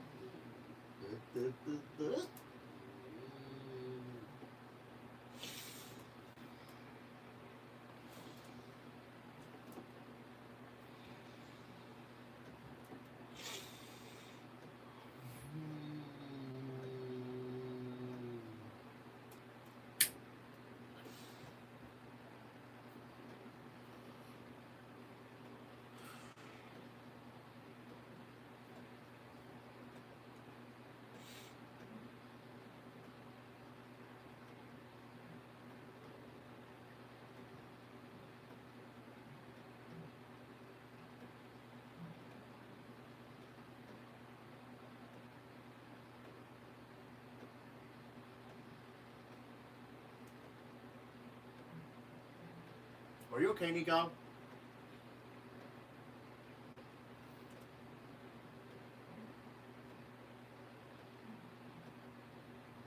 What's that noise?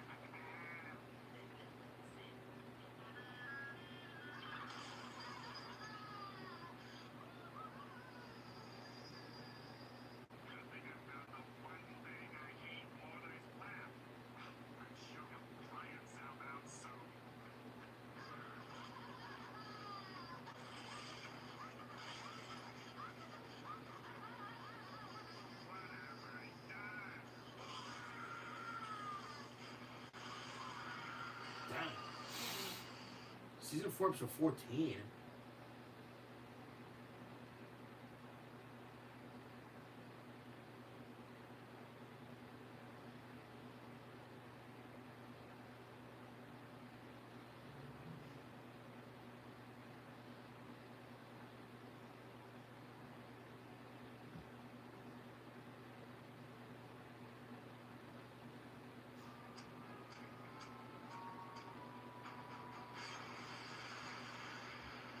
Dang.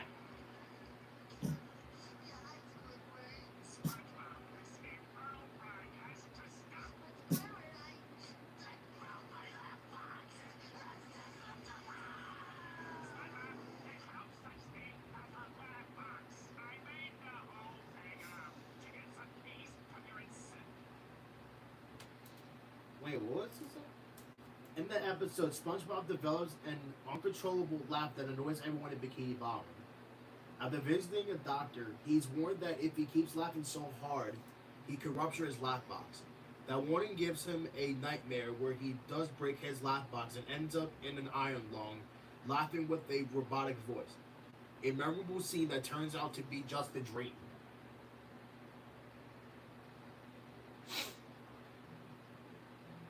My goodness.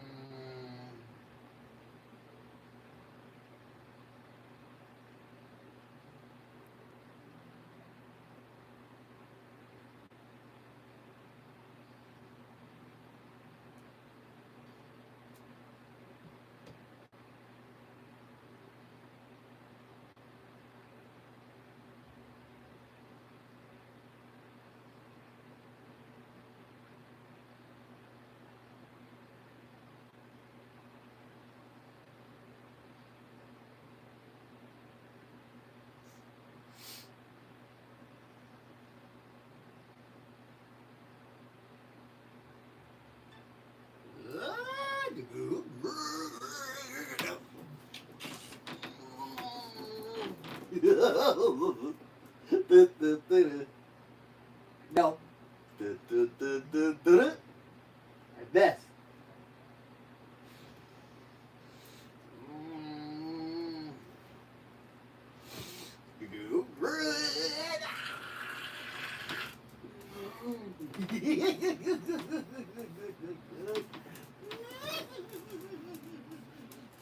I went again. No.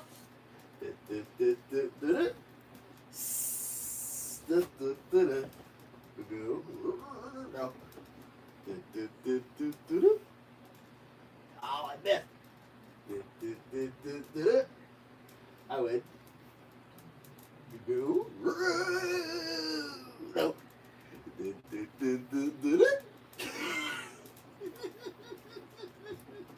I went again. No. No.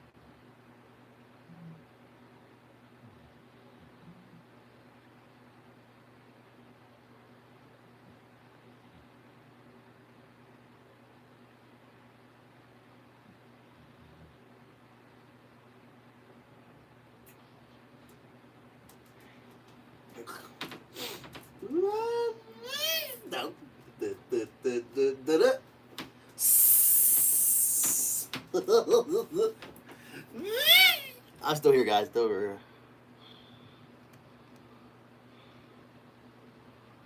It is actually not afternoon now. It's actually now the evening. It is actually now the evening. Hey, look, the sun's going down. Yay. Did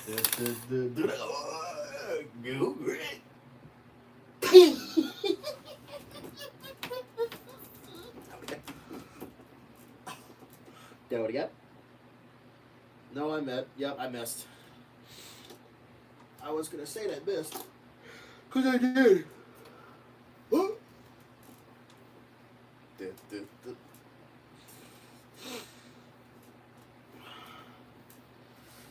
No.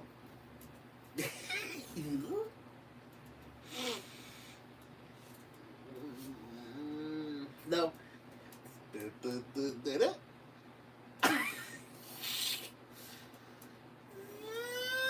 No.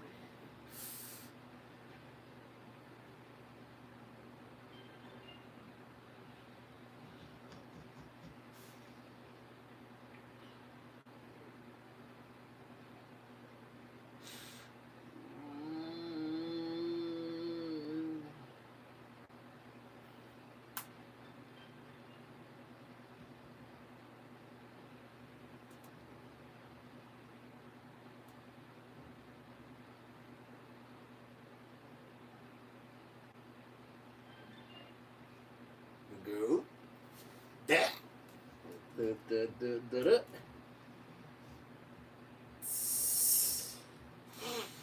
No.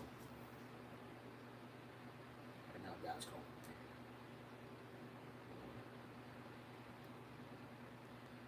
Hello?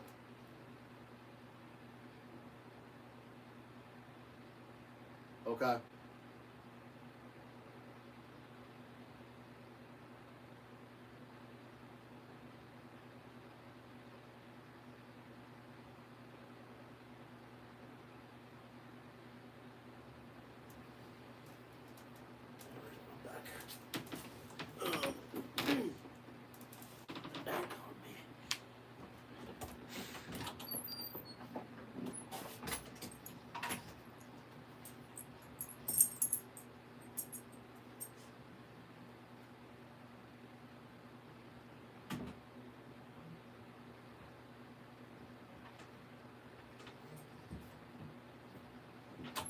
Move, you go. Move. Move. Move. Move.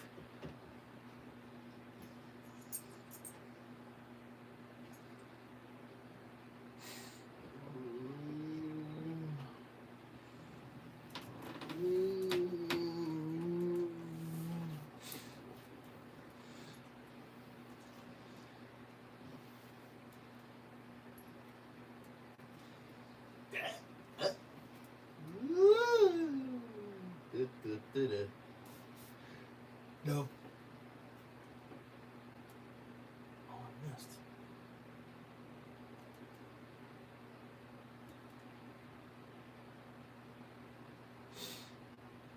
No.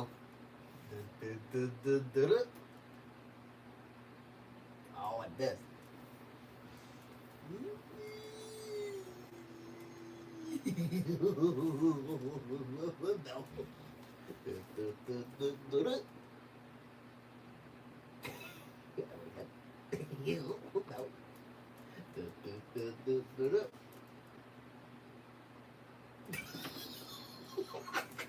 Oh no, I missed.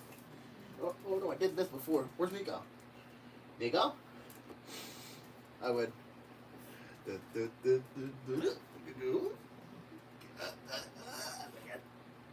No. No.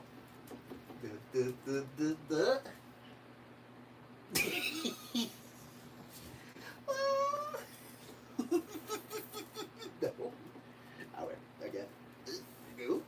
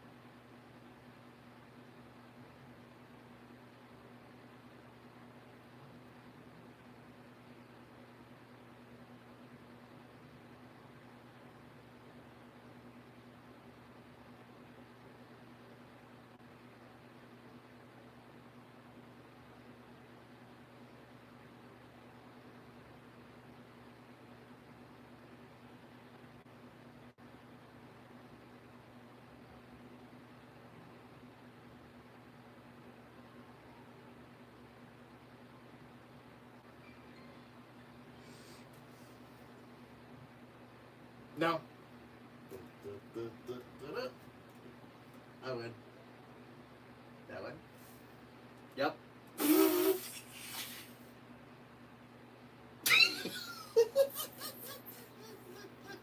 I love it. There we go. Yep.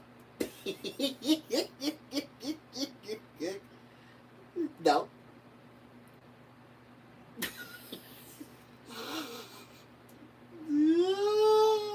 No. There we go. Oh. I missed. Oh, wait. Okay. No.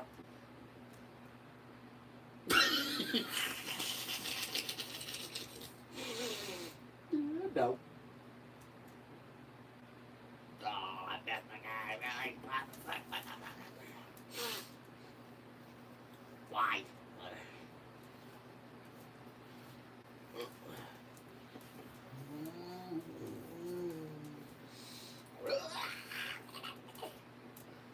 We need to take a step. No.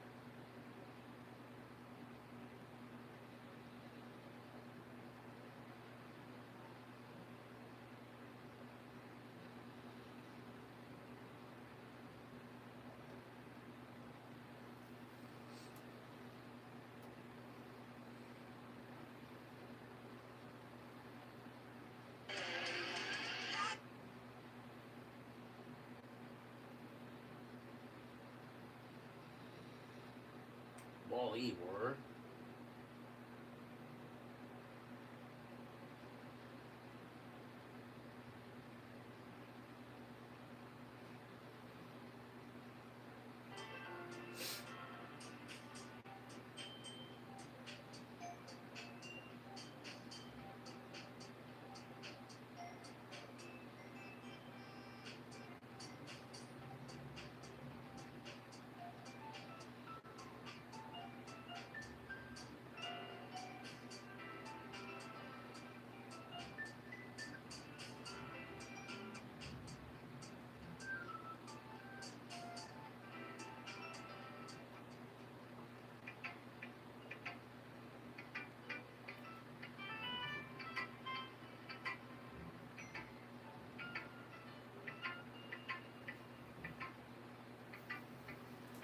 Mother got your face. Mother got your face.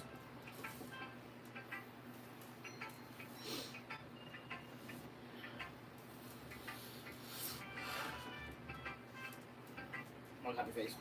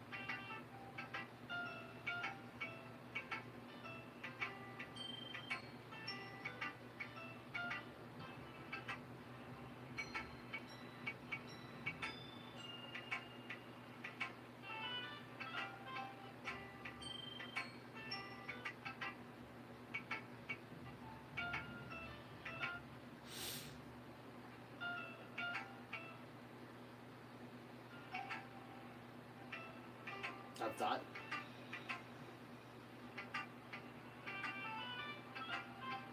Dot.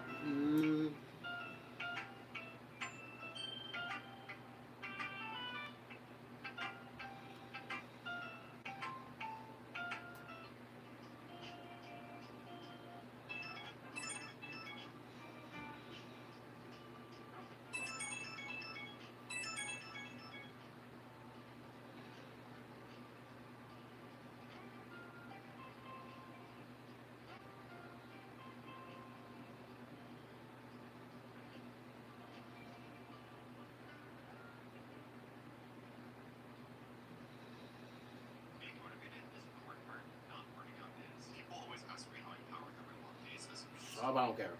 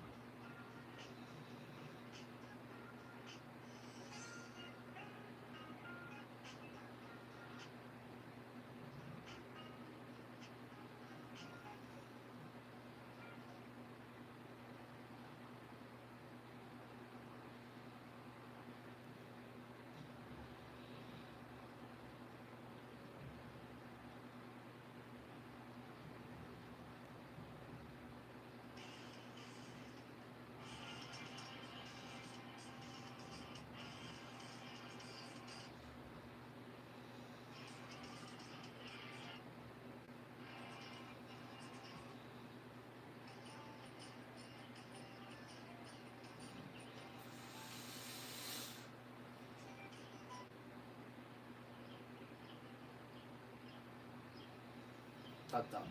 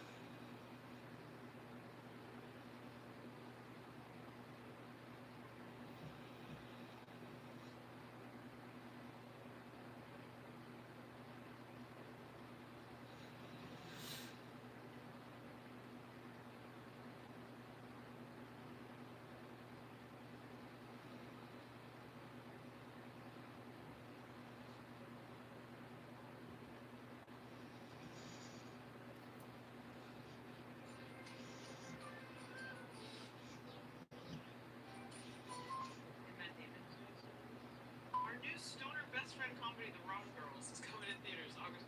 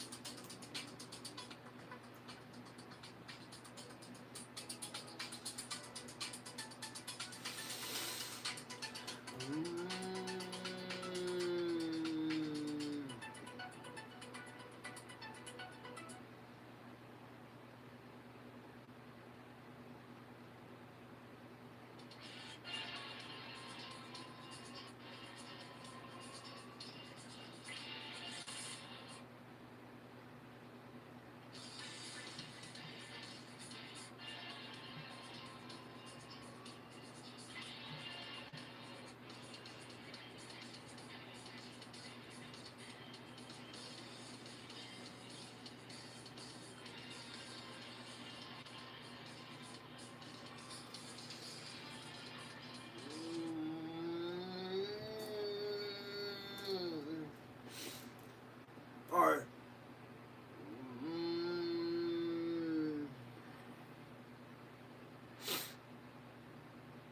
Excuse me?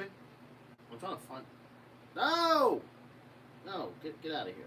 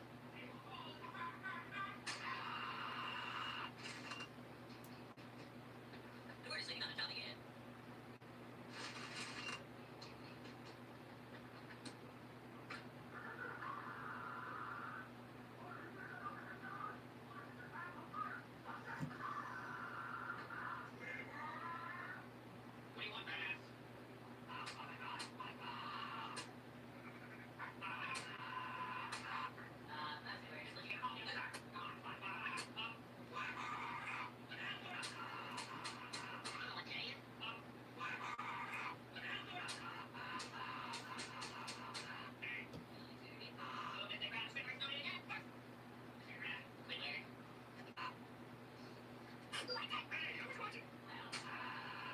not a loser. You're a big loser.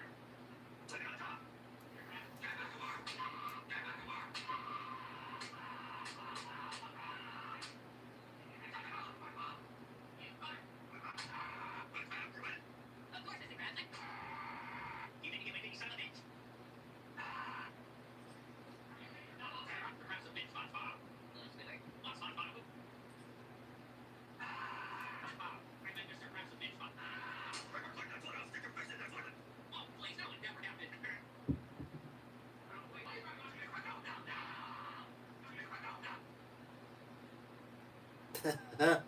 Mr. President.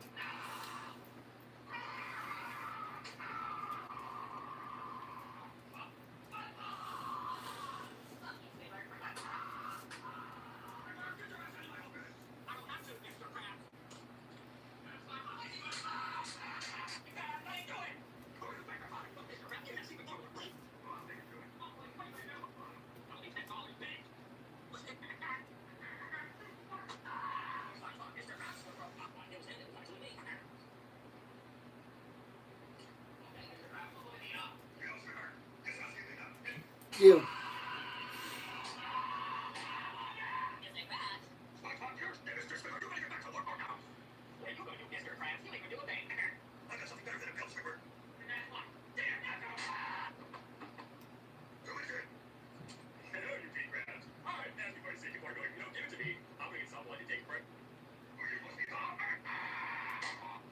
Thank you, SpongeBob.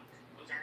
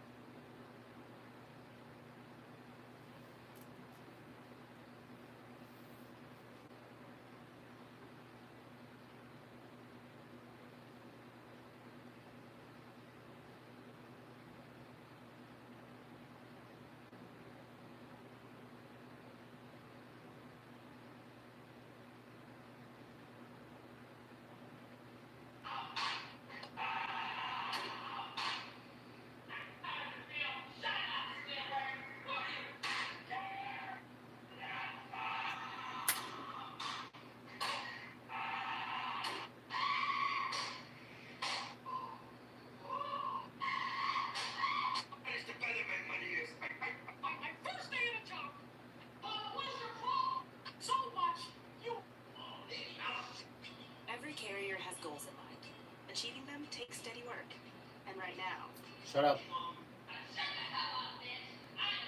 Come on. What's the motherfucker? I told. Go make me those guys. And he was like, yo, it's about that, right?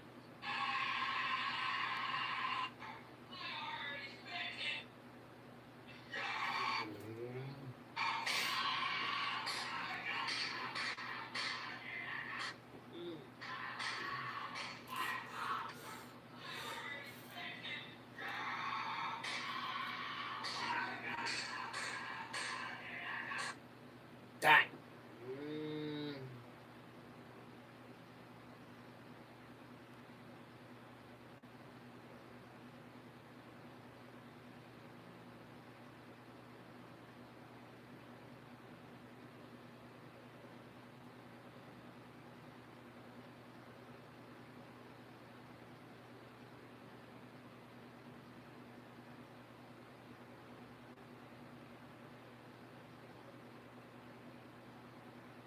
Little bottom of the eighth.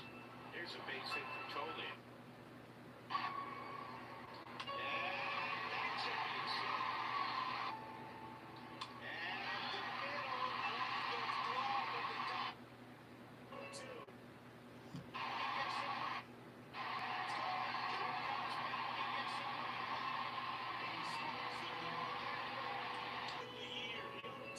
Strike three call. Throw a breaking ball. And the Rockies down 6.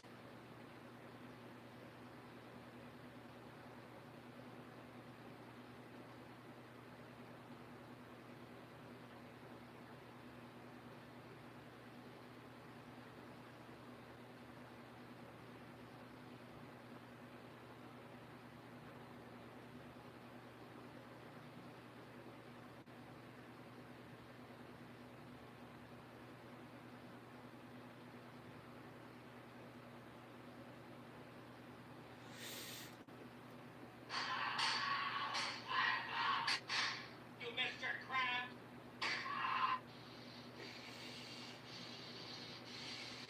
What the hell's the matter? Mr. Krabs, I am not doing that. All right, go hold my hunter. Go to the helmet, Mr. Krabs. I am not doing that.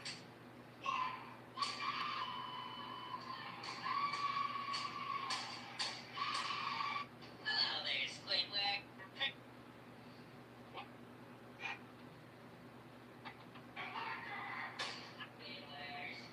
Oh, the cat or somewhere, one of them. I told you. Krabs, you and you freaking boy.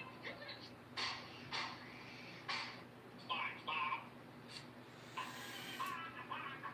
I ripped it, but don't tell Mr. Krabs. Squidward. What's the matter, SpongeBob? Dead.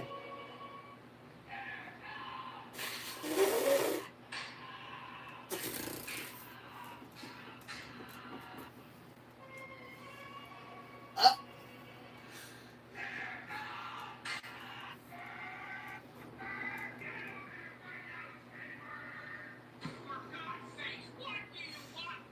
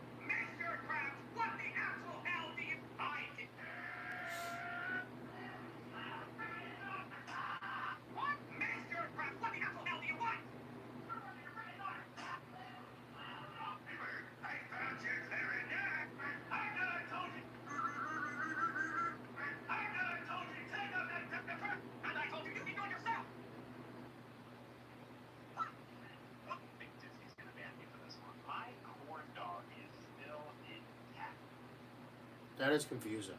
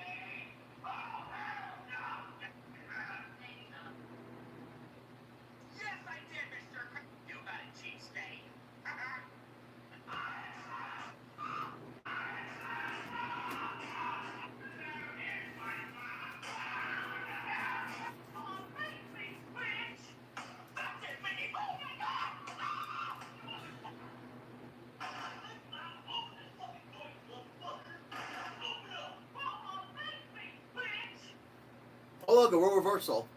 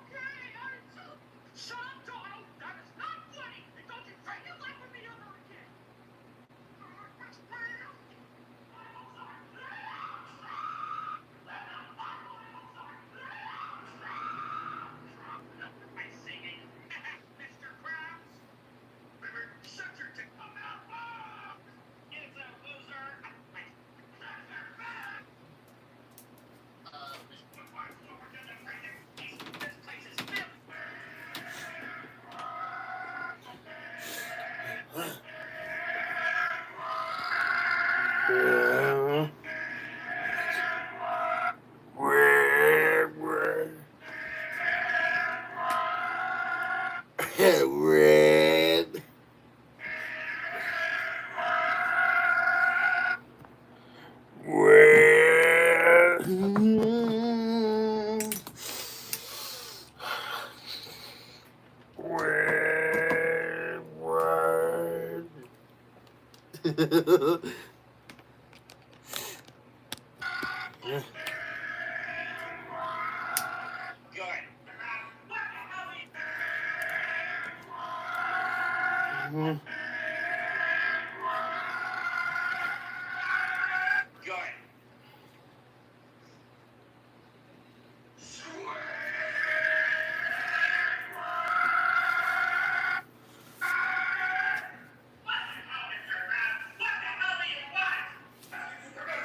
Body anywhere.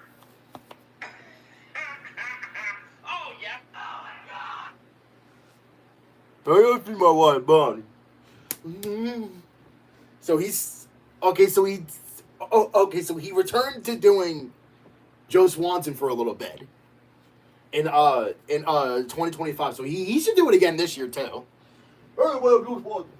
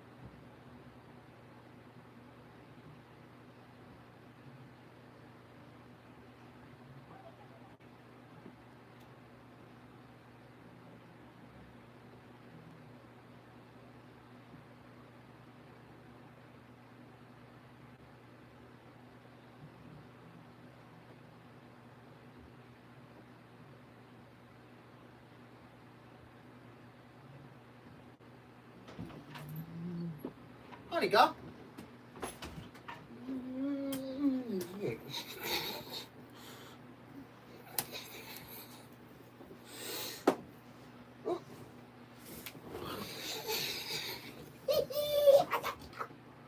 What's up, dog? What's the deal? Huh?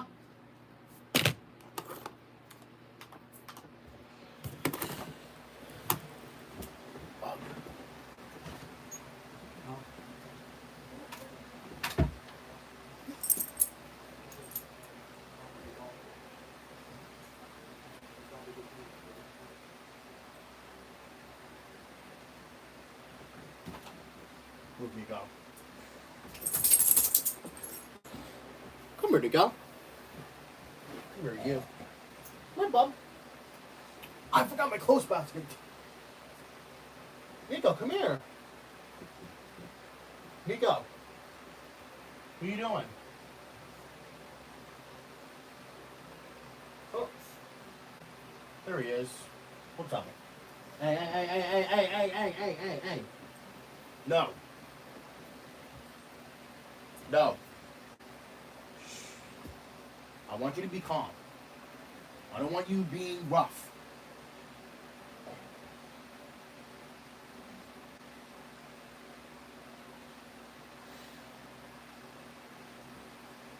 I don't want you being rough, okay?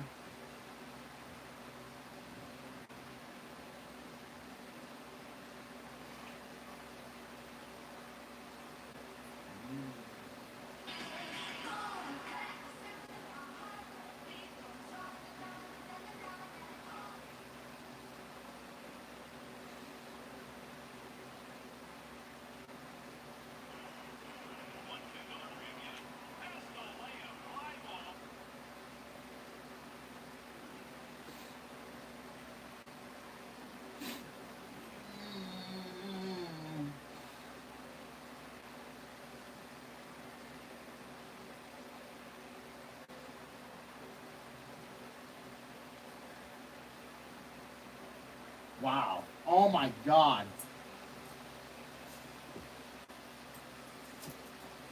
Wow. Damn, Nico.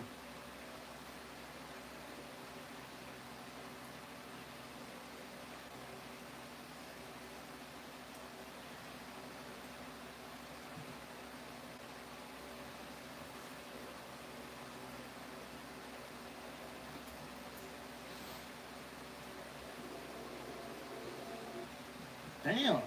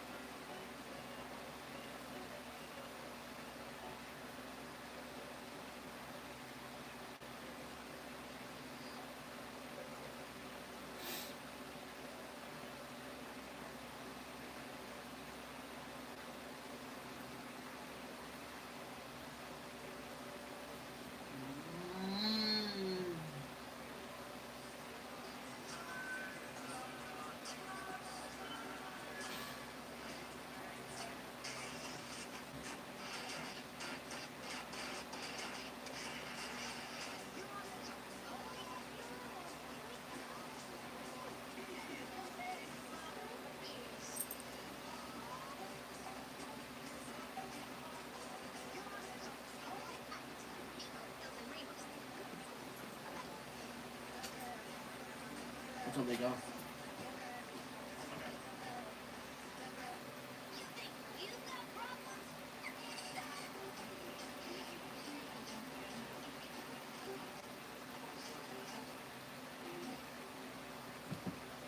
Like, what the hell are you doing, man?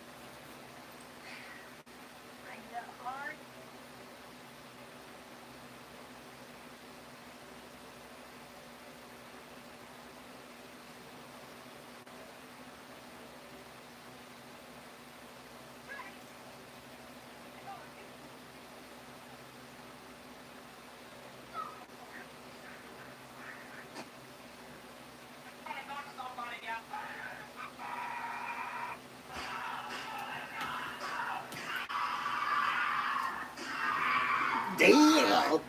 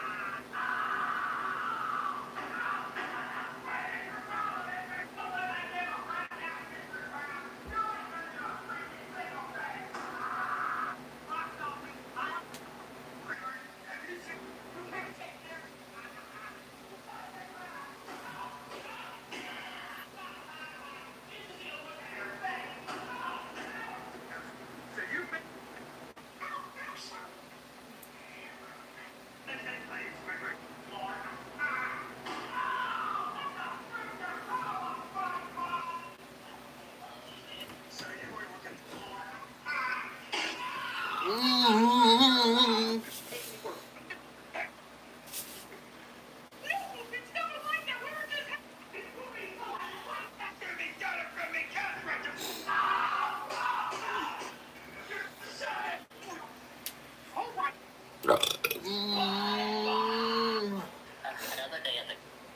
want me to apologize to this lunatic freak bag?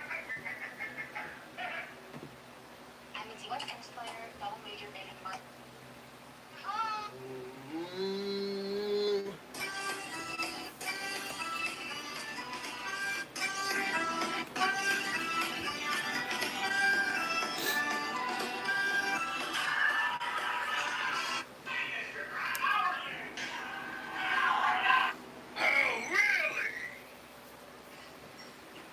For KTE.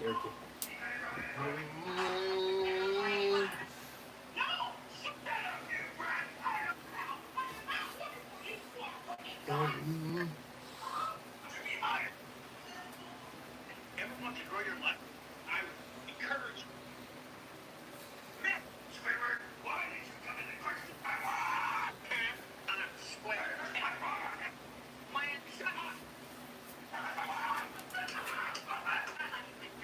Man, shut up!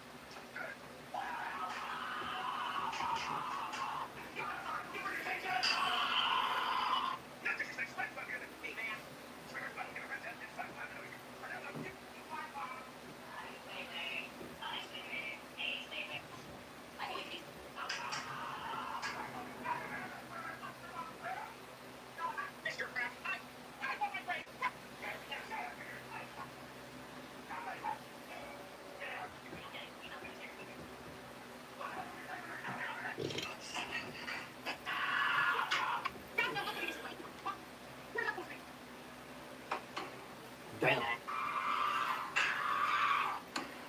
Damn. You married your wife, Boof.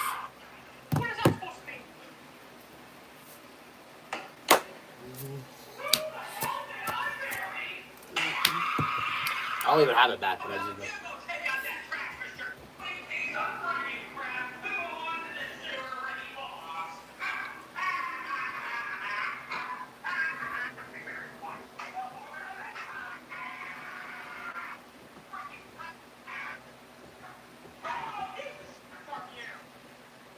Hey, Goofy! So what's the biggest? I want to do that one. You look like you sit a ghost, Mickey.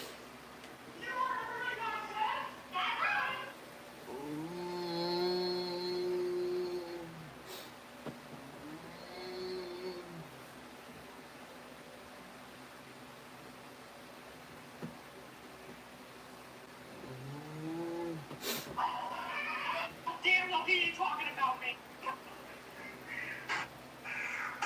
I say, Goofy, she's.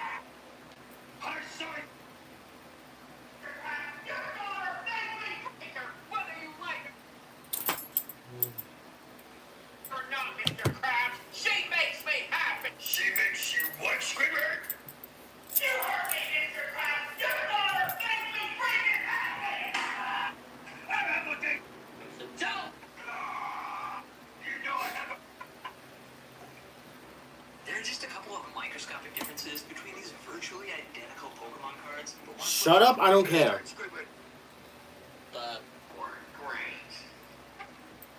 the hell are you gonna do about that? This is my house. I need to buy fine. I don't want you. He's lying, Mr. Krabs. He was on the. Have a good one. You fucking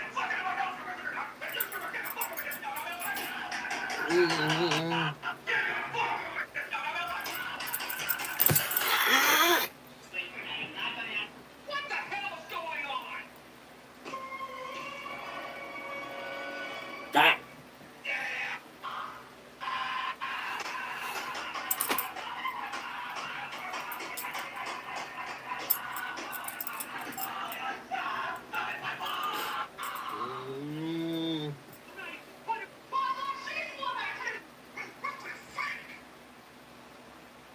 What did you do, Mickey? What did you? I can't find her. Clarinet!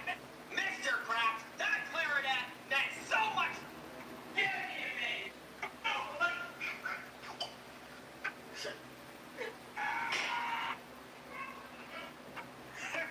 Look at him, Screamer. He's gonna cry. Look at him, Screamer. He's gonna cry. It don't look like it. Look at him, Screamer. He's gonna cry. He's not actually. He's gonna whoop y'all behinds. He's has to go whoop y'all behinds.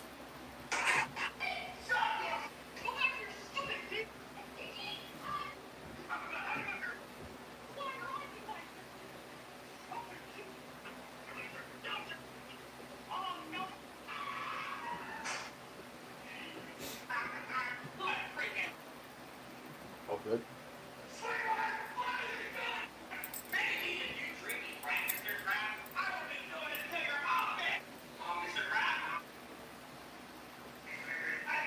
A beautiful day at the crest.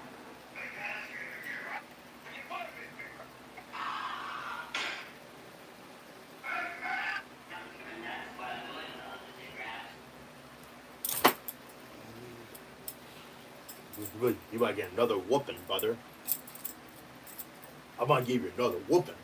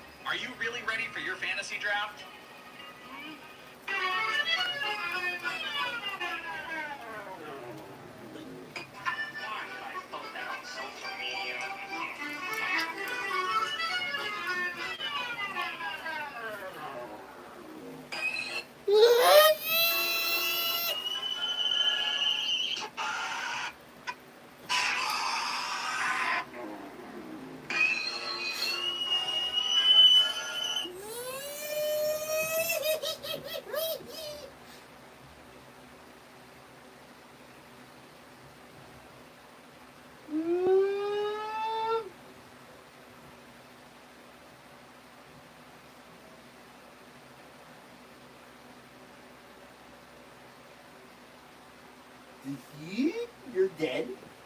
Da-da-da-da-da.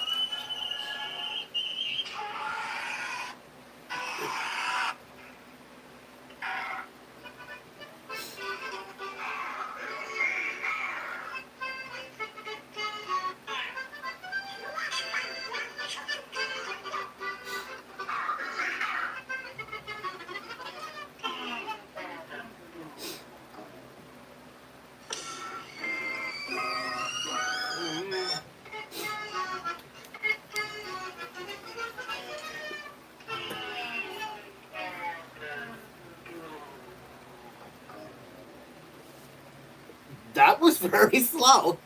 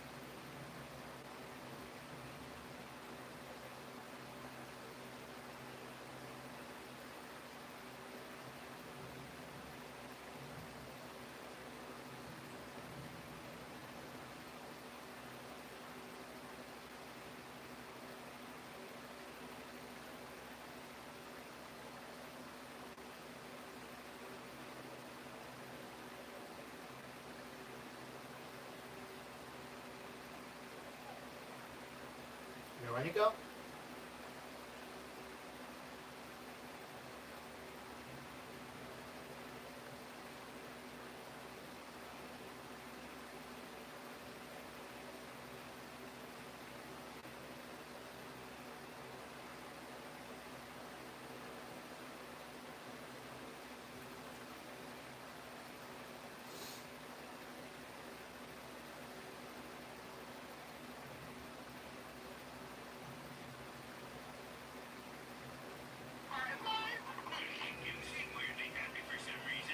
What's going on? Last night I erased all of SpongeBob's memories.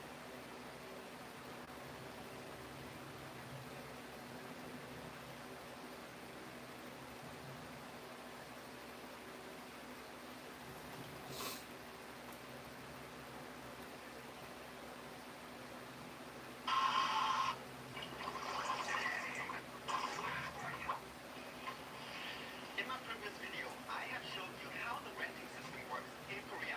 Shut up, I don't care.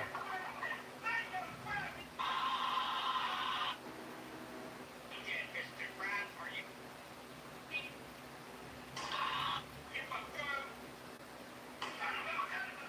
Wow.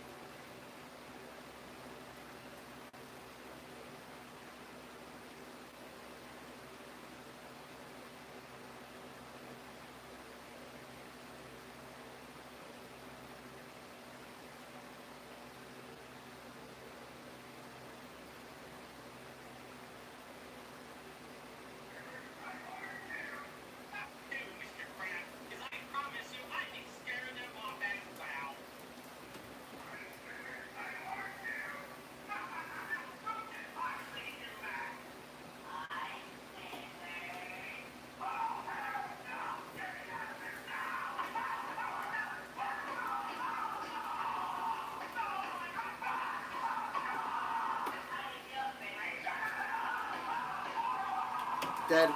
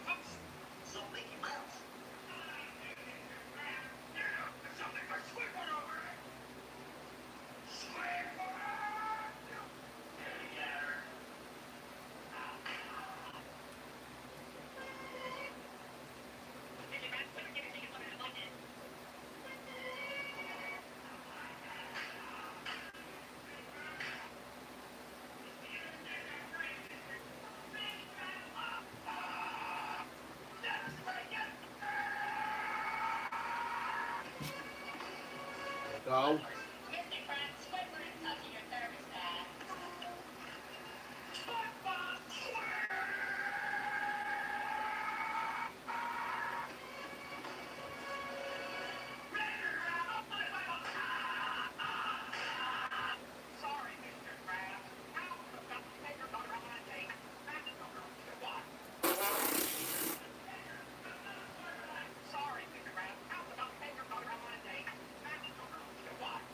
Damn.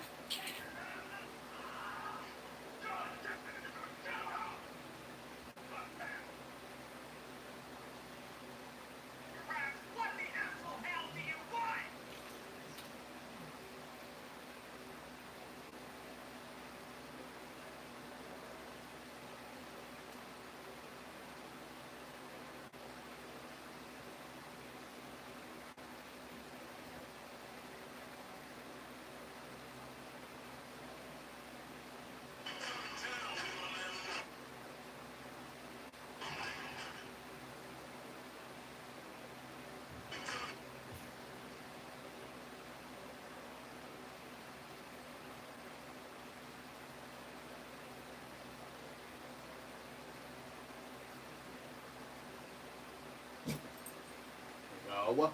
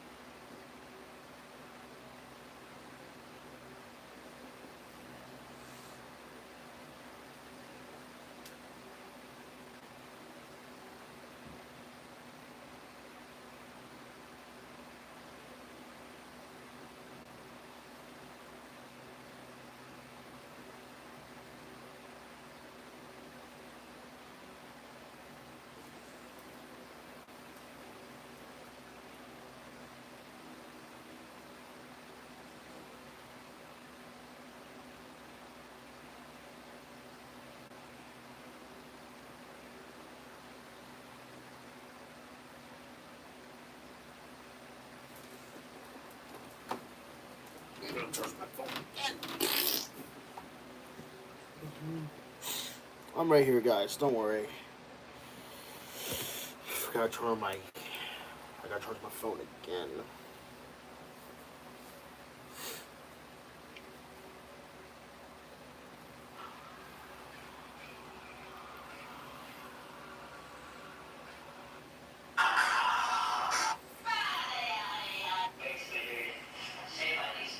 Shut up and get the hell out of my hair, pal! She is useless to me, Goofy! No, Goofy, it's not going to happen! If he's...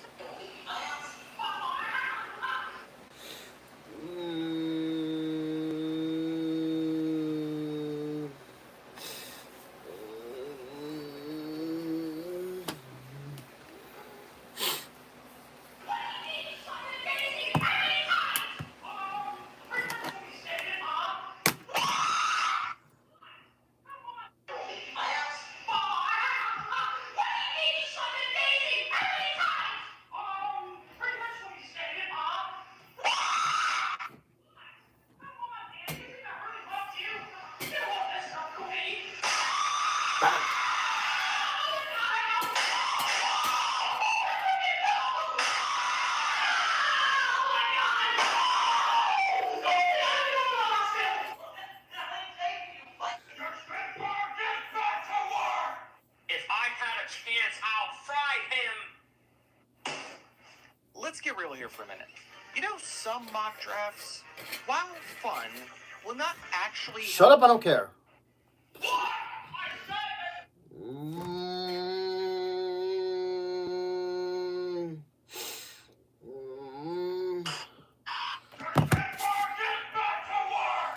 If I had a chance, I'll fry him!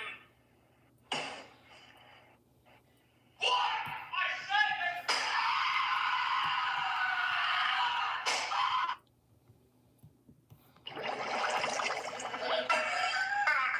Me too, Pearl. I can't wait to see you after I'm done working.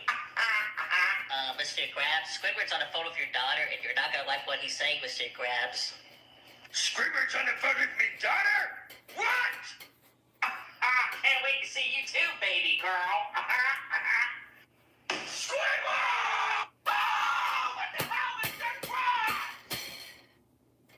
Who are you on the phone with, Mr. Squidward? And you better be honest with me! I was on the phone with my mother, Mr. Krabs. Liar. Mr. Squidward. Yes!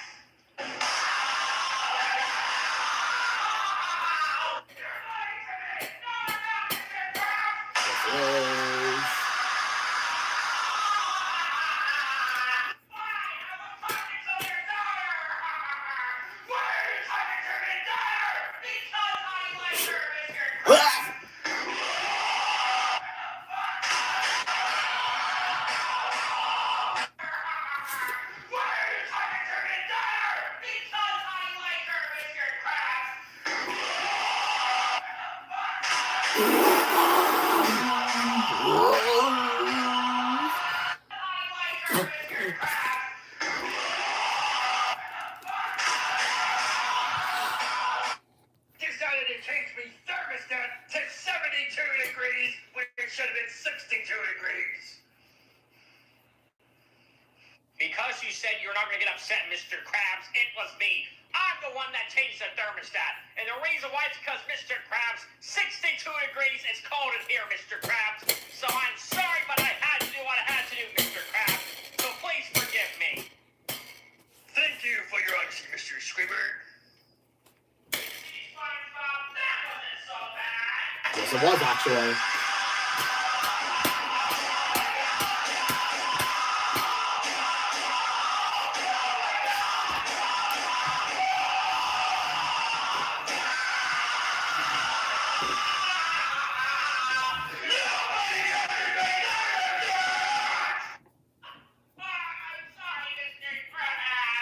Shut up, Squidward! Mickey Mouse,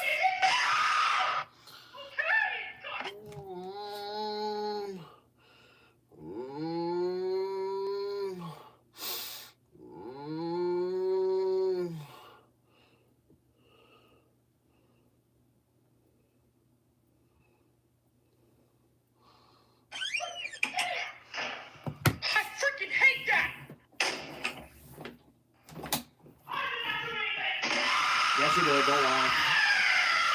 Careful, Mr. Grabs. If you talk bad about the Flying Dutchman, he's gonna come get you, Mr. Grabs. SpongeBob, for the last time, the Flying Dutchman does not exist. I don't know what you're on, SpongeBob, but whatever Squidward gave you, you are not the same, SpongeBob. I don't believe in no Flying Dutchman, and I wish that freaking moron would come in here and say, what's up, man? But guess what, SpongeBob? That freaking stupid moron doesn't exist. Now do me a favor, get back to work, SpongeBob. I'm sick and tired of your nonsense. Hey, the Flying Dutchman! I heard you're talking smack about me, Mr. Krabs. Really, SpongeBob? Really? Look at this freaking picture! That looks like you in the shower over there, SpongeBob! The silly person I freaking murdered! You're the son of a bitch!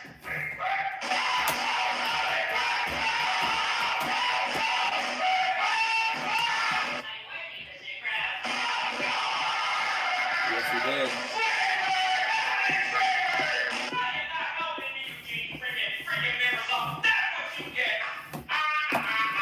Keep beating up Mr. Krabs!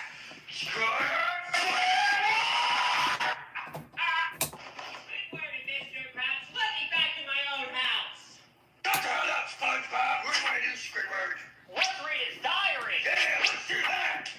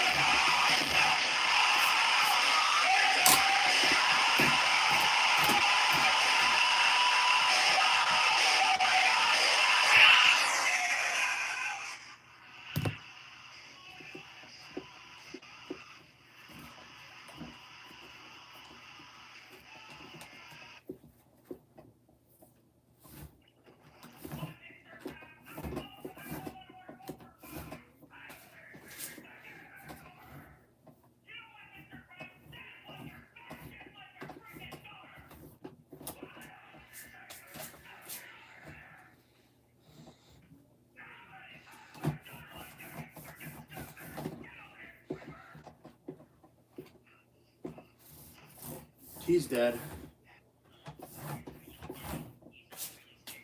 Jesus Christ. There's a dirty, nasty fan.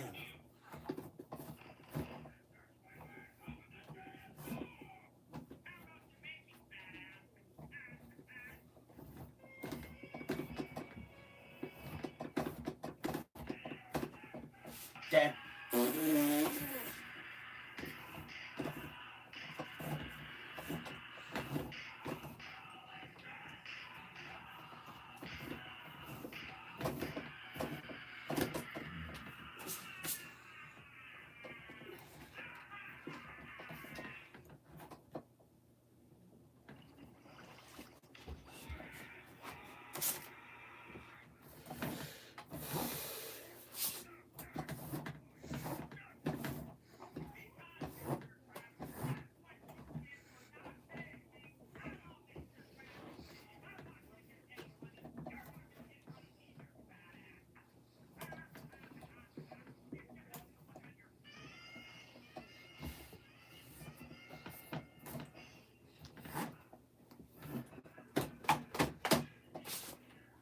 Dead.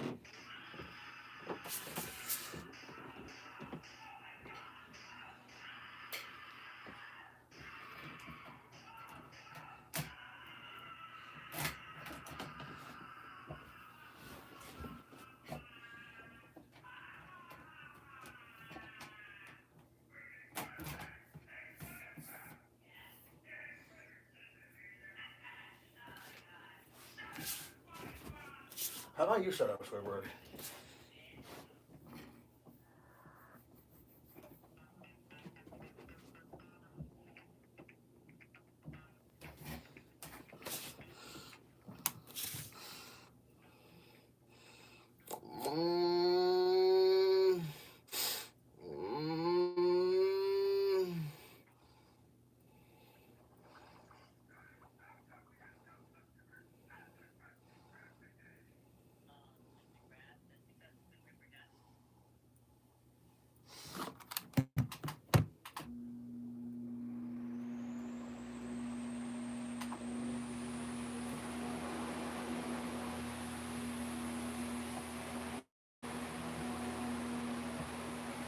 Let's go.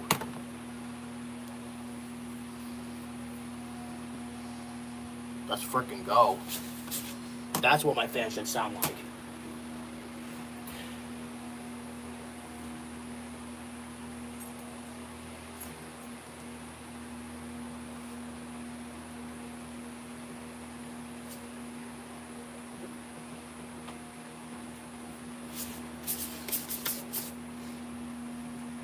I need to record 2.5 minutes again.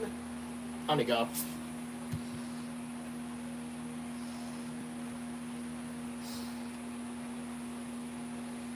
No.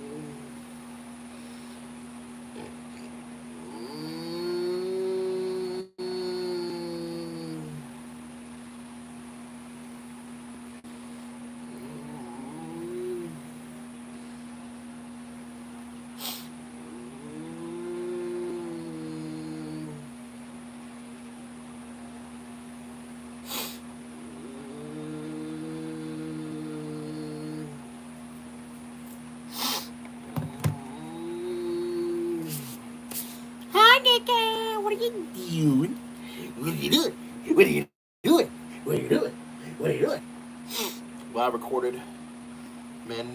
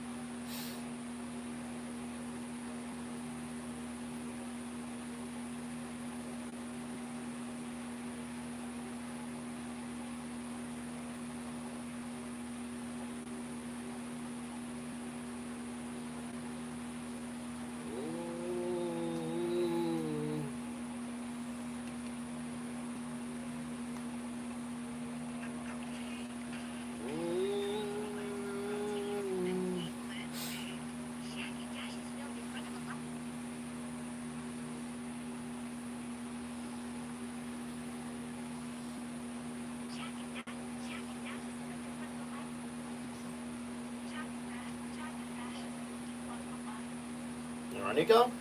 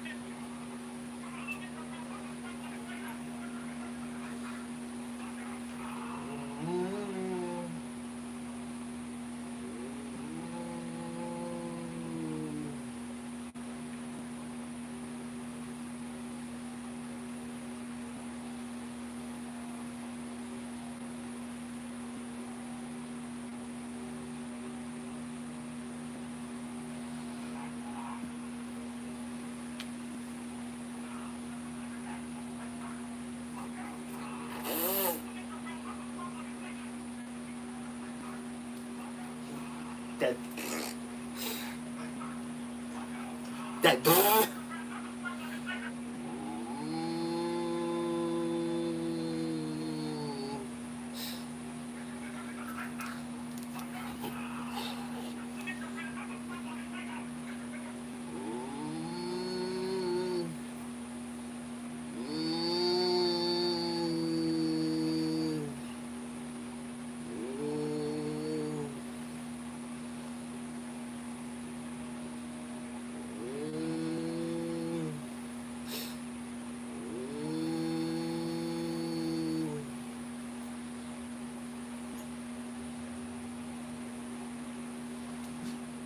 you go.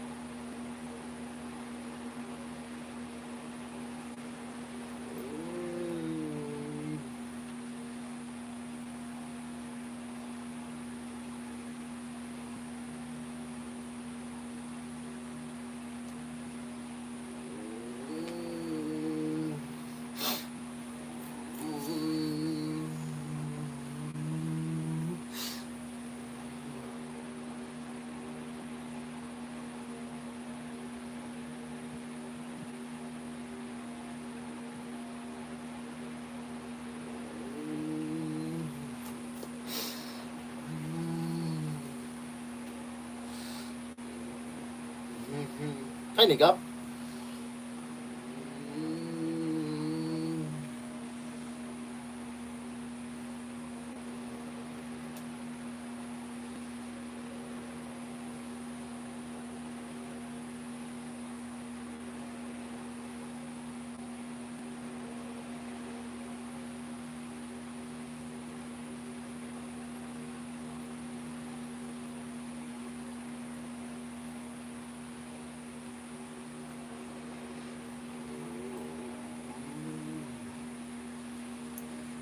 Where you want to go?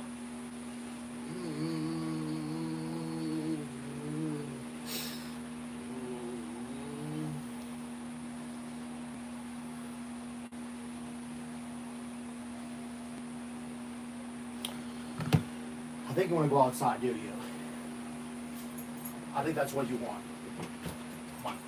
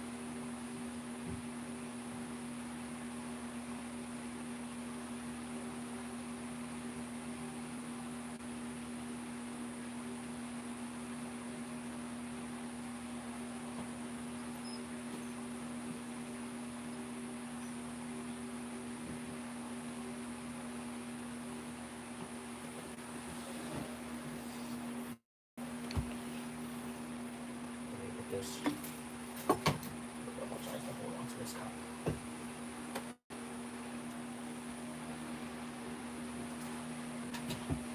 All right.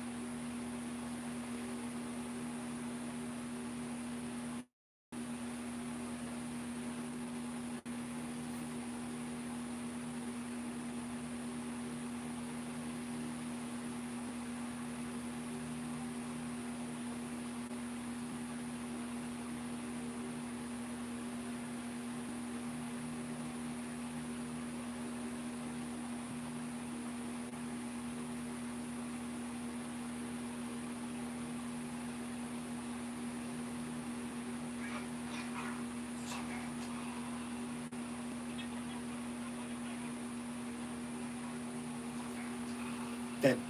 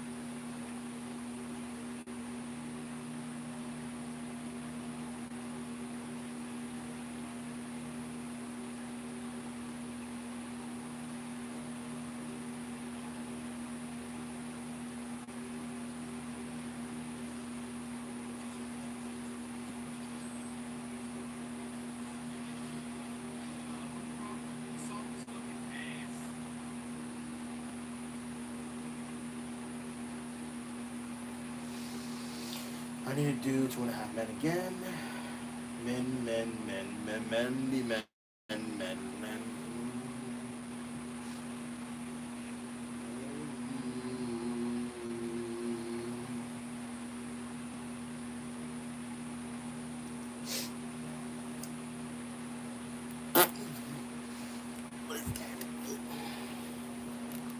I gotta turn my camera off again because I gotta do 2.5 men.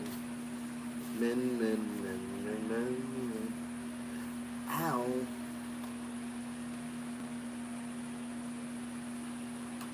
Oh god, I feel like I recorded this too late. Men.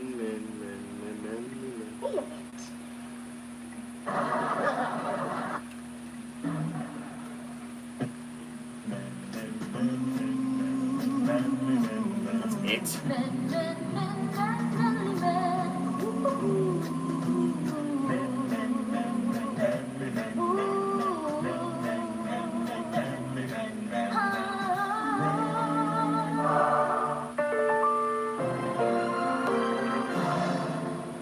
What is?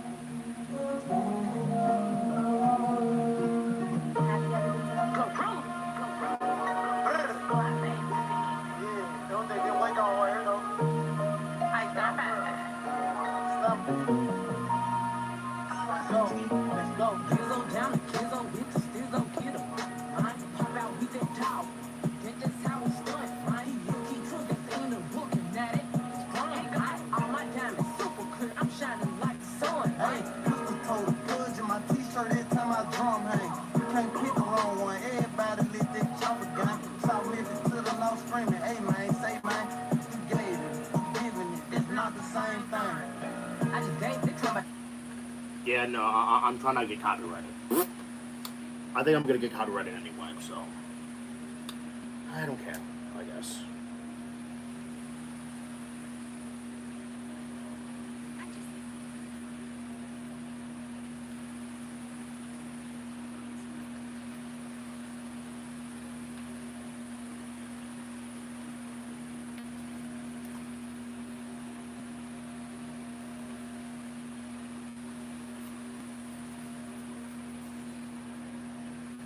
New Hampshire.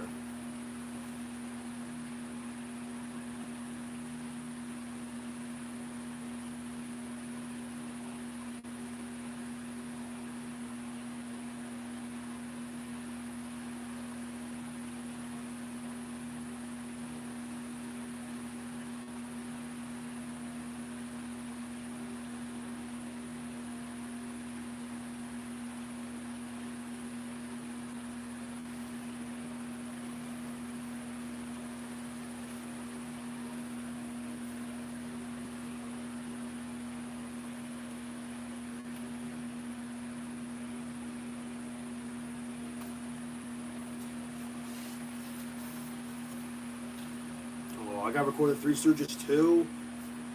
Brother.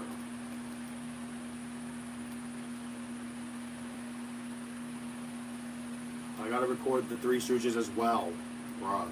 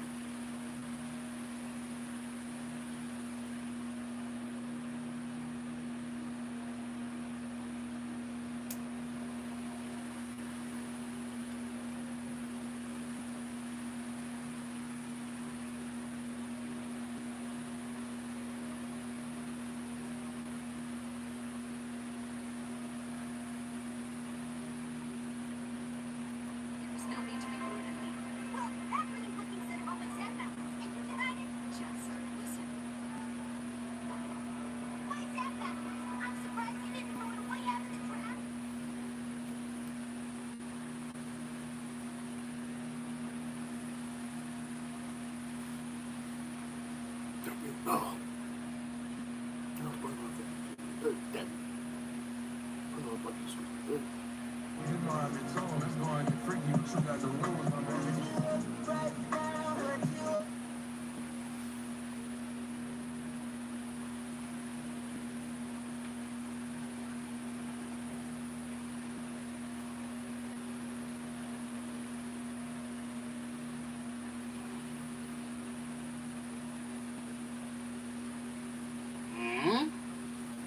T. Grizzly was once part of the All-Stars Ball Hard crew and was known as ASBHT. Oh, that's what it stands for. I actually did not know that. I actually really did not know that.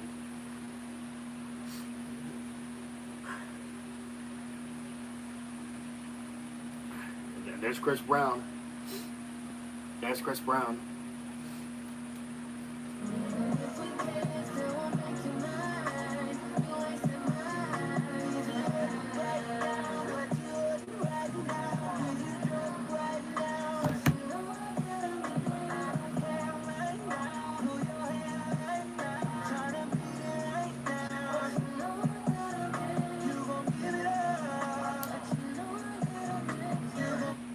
Breezy loves art. In 2014, he collaborated with visual artist Ron Bass to spray paint an outdoor art project. I did not know about that one either.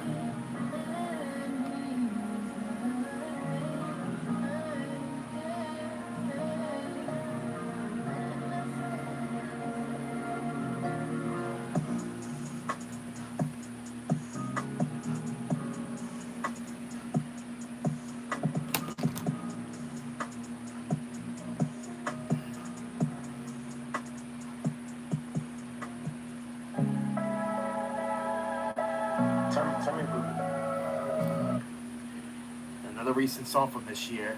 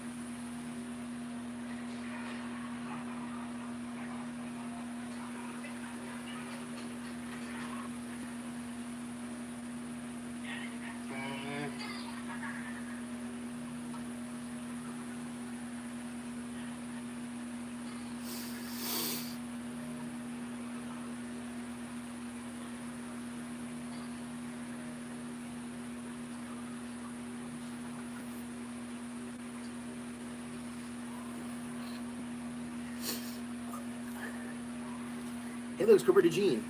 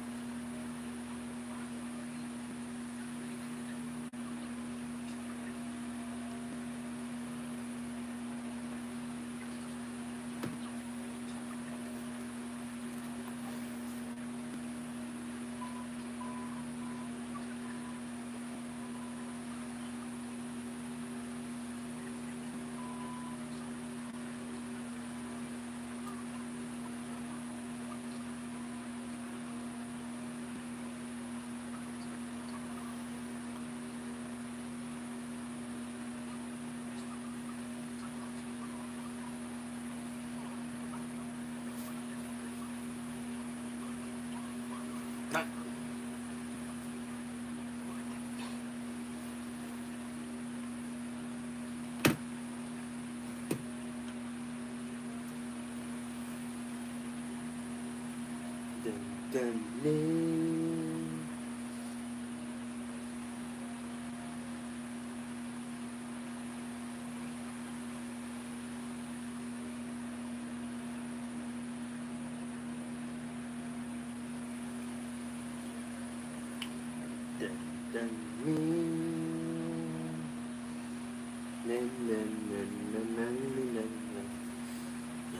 end. The price of healthy gums is eternal vigilance. That's 8. Nothing.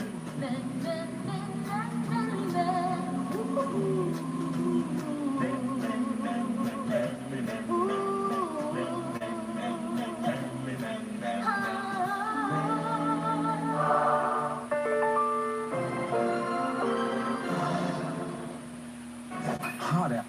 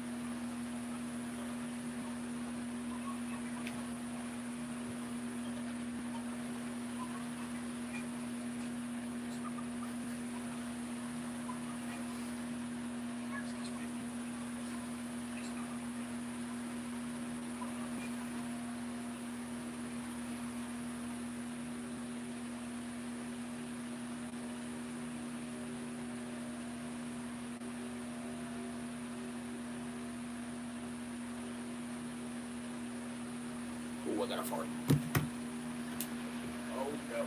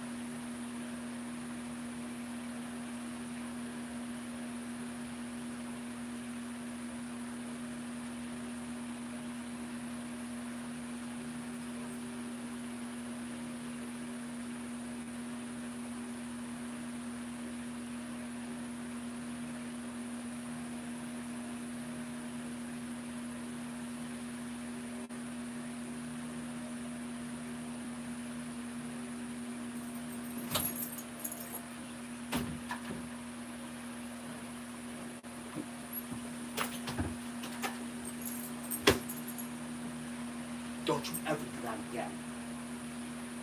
I just brought you in. When I tell you to wait, you wait. Not for you to go outside. Again. You and Ted are annoying.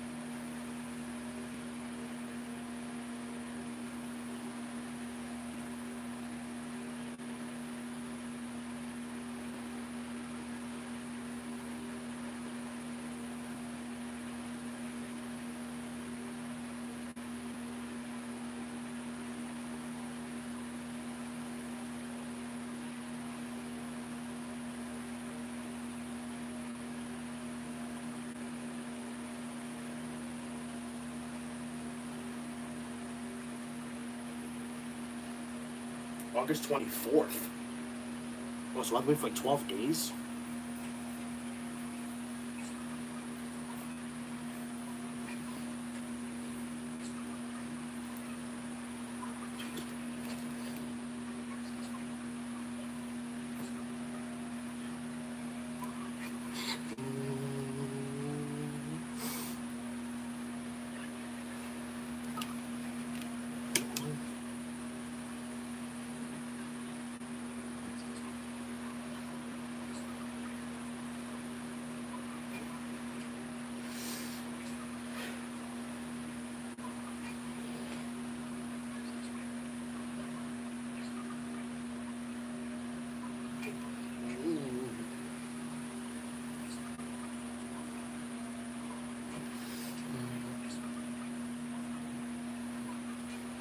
Dead.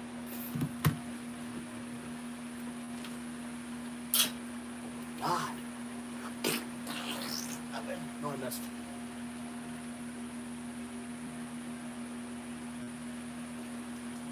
Humid will blow into the upper 60s. Northwest winds around 5 miles per hour in the evening, becoming light and variable. Friday, mostly sunny with a 40% chance of showers. On with highs in the 80s. Northeast winds around 5% until midnight. Winds and sea with a humidity 87%. Wind calm. Pressure 29 for forecast.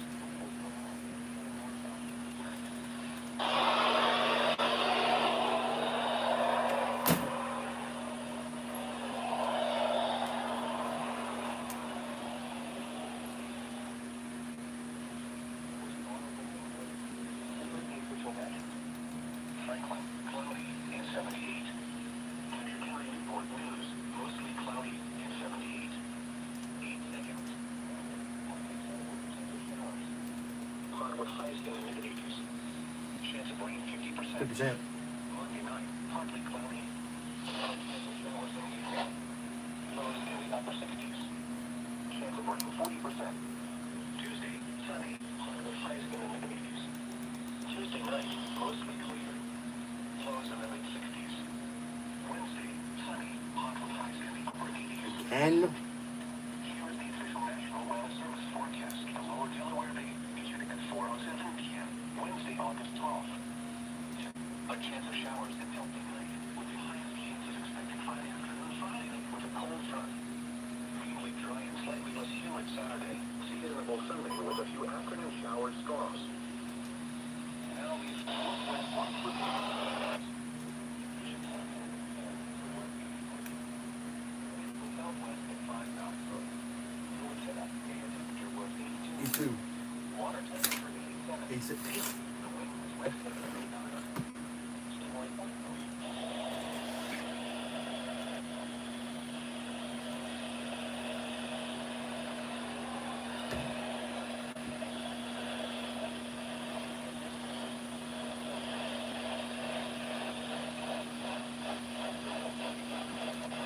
Water temperature 81. The wind was east at 3 knots.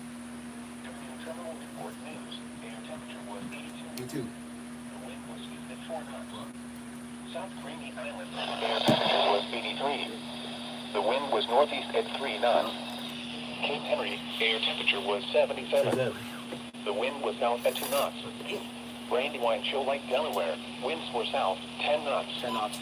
Air temperature 79. Fenwick Island buoy, winds were southeast 2 knots. Water temperature 79. Air temperature 77. Buoy 64 nautical miles east of Virginia Beach, with air temperature was upper 80s. Chance of rain 50%. East of Cape Henry. Temperature 80. Rise 1. Wave period 13. Duck Cove here. Air temperature was 79. The wind was northeast at 2 knots. Diamond Shoal buoy. Winds were southwest 12 knots. Water temperature 83. Air temperature 82. Marine forecast. Choptank River to CAMC RTG Maryland and Choptank River. Tonight, southwest winds 5 to 10 knots. Waves 1 foot or less. A slight chance of showers and thunderstorms after midnight. Thursday, northwest winds 5 to 10 knots. Waves 1 foot. Thursday night, northwest winds around 5 knots. Waves 1 foot or less. Friday, north winds 5 knots. Waves less than 1 foot. Showers likely. Friday night, northeast winds 5 knots. Waves less than 1 foot. A chance of showers. Saturday, northeast winds 5 to 10 knots. Waves 1 foot. Saturday night, southeast winds 5 to 10 knots. Waves 1 foot.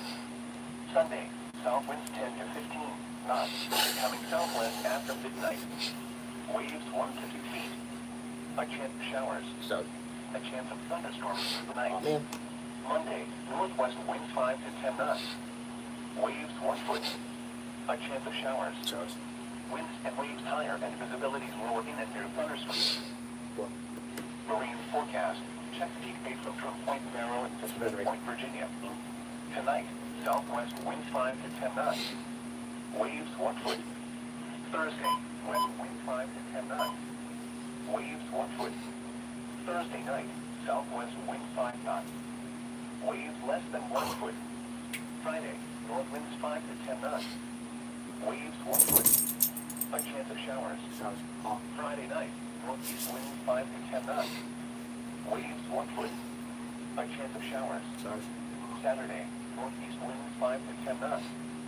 Waves 1 foot. Saturday night, southeast winds 5 to 10 knots. Waves 1 foot. Sunday, south winds 10 to 15 knots. Becoming southwest after midnight. Waves 1 to 2 feet. Building to 3 feet. A chance of showers through the night. Monday, northwest winds 10 to 15 knots. Becoming north 5 to 10 knots after midnight. Waves 1 to 2 feet. A chance of showers. Marine forecast. Tangier Sound and inland waters of Bloodsworth Island. Tonight, southwest wind 5 to 10 knots. Waves 1 foot or less. Thursday, west wind 5 to 10 knots. Waves 1 foot. Thursday night, west wind 5 knots. Waves flat. Friday, north winds 5 to 10 knots. Waves 1 foot. A chance of showers. Friday night, northeast winds 5 to 10 knots. Waves 1 foot. A chance of showers. Saturday, east winds 5 to 10 knots. Waves 1 foot. Saturday night, southeast winds 5 to 10 knots. Waves 1 foot. Sunday, south winds 15 to 20 knots. Becoming southwest after midnight. Waves 1 to 2 feet. A chance of showers through the night. Monday, northwest winds 10 to 15 knots. Becoming north 5 to 10 knots after midnight. Waves 1 foot. A chance of showers. Marine forecast. Coastal waters from Fenwick Island, Delaware to Chesapeake, Virginia out 20 nautical miles overnight. South winds 5 to 10 knots. Seas 1 to 2 feet. Wave detail. Northeast 1 foot at 3 seconds and south 1 foot at 5 seconds. Thursday. Southwest winds 5 to 10 knots. Seas 1 to 2 feet. Wave detail. South 1 foot at 5 seconds and southeast 1 foot at 8 seconds. Thursday night, west wind 5 knots. Seas 1 to 2 feet. Wave detail. South 1 foot at 4 seconds and southeast 1 foot at 8 seconds. Friday, northeast winds 5 to 10 knots. northeast 1 to 2 feet. Again? Wave detail. Northeast 1 foot at 2 seconds and south 1 foot at 5 seconds. A chance of showers in the afternoon. 7 afternoon. Friday night. Northeast winds 5 to 10 knots. Seas around 2 feet. Wave detail. Northeast 1 foot at 5 seconds and south 1 foot at 5 seconds. A chance of showers. Showers. Saturday. Northeast winds 5 to 10 knots with gusts up to 15 knots. Not. Seas around 2 feet. Saturday night. Southeast winds 5 to 10 knots. Seas around 2 feet. Sunday. South winds 5 to 10 knots, increasing to 10 to 15 knots with gusts up to 20 knots in the afternoon. Seas 2 to 3 feet. Sunday night. Southwest winds 15 to 20 knots. Seas around 3 feet. 7 feet. A chance of showers. Showers. The current time is 10:16 p.m. Eastern 10:17 Daylight actually. Time. Cool, guys. Air quality forecast. Thursday. The forecast Thursday for the eastern shore is code level yellow. Yellow again. Moderate and means people unusually sensitive to air pollution may be mildly affected. Primary pollutant will be ozone. The Salisbury, Maryland climate summary for the streets as of 5 p.m. August 12, 2026. Today's high temperature was 87 degrees and the low 71 degrees. No precipitation fell Here we go. today, which leaves the monthly total at 1.41 inches. The total precipitation for the year still stands at 22.70 inches. The record high for tomorrow is 99, which occurred in 2002. And the record low is 47, which occurred in 1930. Sunset tonight is at 7:59 p.m. Sunrise tomorrow is at 6:15 a.m. The tropical weather outlook. For the North Atlantic, Caribbean Sea, and the Gulf of America, active systems. The National Hurricane Center is issuing advisories on Tropical Storm Cristobal, located over the Atlantic well to the west of the Azores. Central Tropical Atlantic Investigation Area 92. Showers and thunderstorms are showing some signs of organization associated with the tropical wave located midway between the Lesser Antilles and the west coast of Africa. Environmental conditions are forecast to be conducive for further development, and a tropical depression will likely form during the next day or two while the system moves westward to west-northwestward across the central tropical Atlantic. Upper level winds are likely to become too strong for development as the wave approaches the Lesser Antilles this weekend. Formation chance through 48 hours, high 80%. High 80%. Formation chance through 7 days, high 80%. 80%. Eastern Tropical Atlantic Investigation Area 94. A tropical wave located a few hundred miles south of the Cabo Verde Islands is producing disorganized showers and thunderstorms. Environmental conditions are forecast to be generally conducive for some development, and a tropical depression could form late this week or this weekend while the wave moves westward or west-northwestward across the eastern and central tropical Atlantic. Formation chance through 48 hours, low 30%. Low 30%. Formation chance through 7 days, medium 50%. 50%. Hazardous weather 3%. information. Now here is the hazardous weather outlook for southeast Maryland, northeast North Carolina, central Virginia, east central Virginia, eastern Virginia, north central Virginia, south central Virginia, and southeast Virginia. Tonight, no hazardous weather is expected at this time. Thursday, Tuesday. And now the extended outlook for the period Thursday through Tuesday. Isolated to scattered thunderstorms will bring the potential for localized flash flooding Thursday and Friday. The 10 p.m. area weather observations. At Salisbury, clear. Clear. Temperature 73. 3. 2.66. 66. Relative humidity 78%. Same stuff. Wind calm. Pressure 29.8 inches rising. And Wallop silent. Clear. Clear. Temperature 74. Say fall. 2.71. Say what? Relative humidity 91%. That represent. Wind south 3 miles per hour. Pressure 29.89 inches and rising. Across the rest of Delmarva and west of the Bay, Dover, partly cloudy and 76. Say 6. Georgetown, partly cloudy and 73. Say 3. Ocean City, clear and 68. Accomack, clear and 72. Say 2. Baltimore, mostly cloudy and 78. Say 8. Damn. Washington, D.C., mostly cloudy and 79. Say 9. Damn. Pontotoc and Liver, clear and 74. Say 4. Elsewhere across the mid-Atlantic, Richmond, mostly cloudy and 78. Say 8. Wilmington, mostly cloudy and 77. Say 7. Philadelphia, cloudy and 81. 81. Damn. Wind southwest, 10 miles an hour. 10 miles an hour. The key weather message. Dang. What? Really? 81? What? No, bro, it's 8 o'clock. No, not 8 o'clock. Bro, it's 10 o'clock and they're still in the low 80s? Freaking Philly? What the Bro, what? Okay.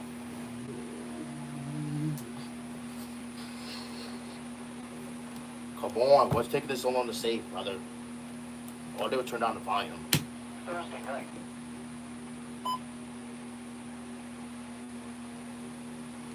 Come on.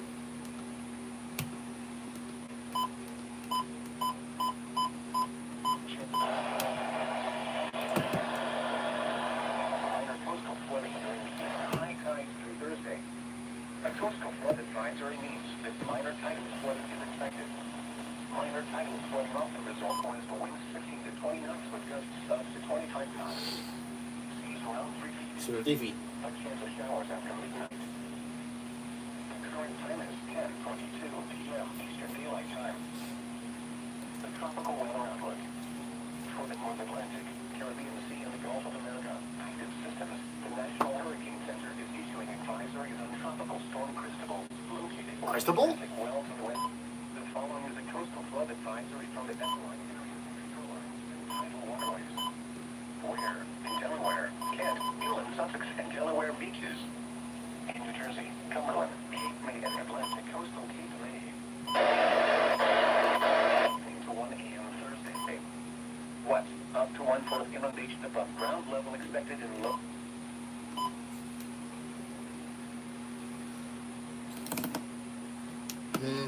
It looks like Hazing 38 is somewhat getting the volume back up. Like, somewhat. Well, cause remember, like, it was, like, really, really quiet. Which is why I've only called it a force test. You know, until case 38 was, you know, somewhat back to normal. Yeah, I think that, you know, I guess you can say that. Case 38 is somewhat back. Like, somewhat. And my pet's only at 88%. Really? That's it? Well, I guess because my pad is older. Well, because think about it.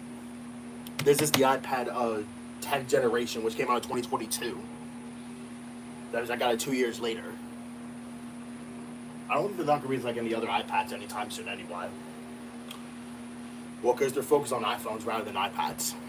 Which, that kind of annoys me at the least. I do like this iPad though.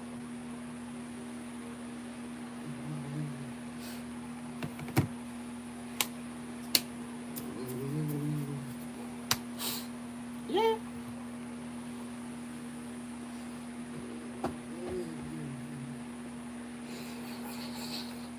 Mr. Squidward, open the damn door.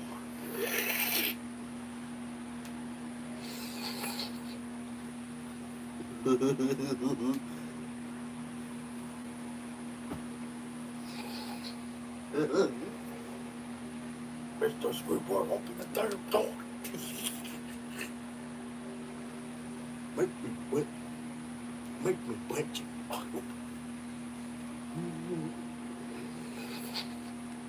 Make me wet. Make me wet. Look. Make me wet.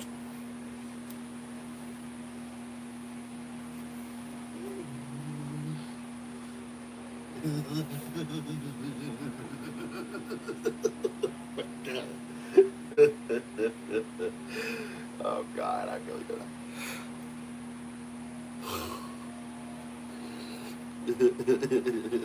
Oh my God. Look at this. I don't want to talk about it. No, I mean, hopefully the Padres lost. Did they? Hopefully they did. That'd be nice. It would be nice if they lost. Please tell me they lost. Please tell me. Please, please tell me they lost. Please tell me. Nope, they won. Great. Wonderful. Oh my God, the Brewers blew a lead? Really? Did they walk it off?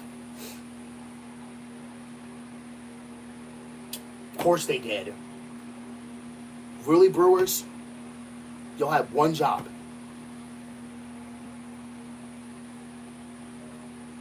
Oh my God. And now Padres won 5 games in a row. Okay, but the Diamondbacks lost, but that really didn't help either. That really didn't help either.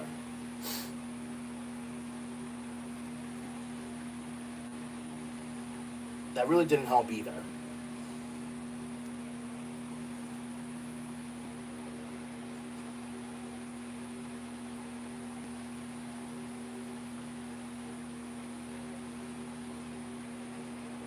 And now the Marlins are catching up.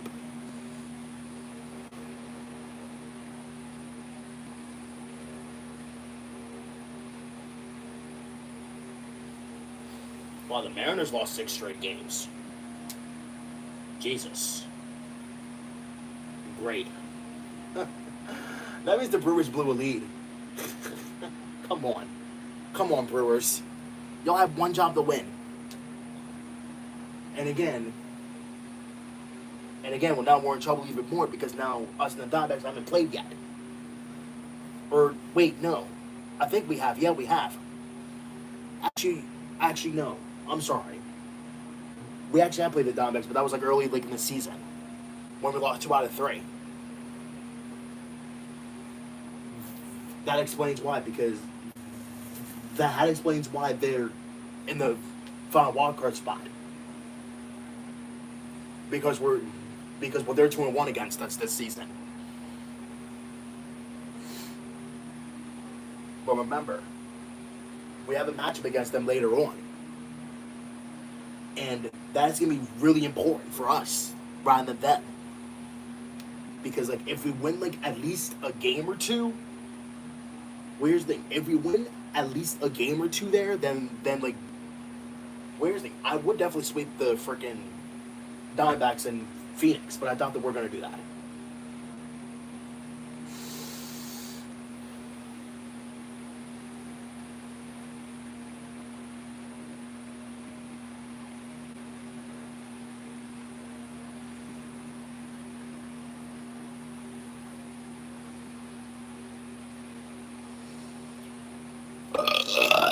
Oh, excuse me.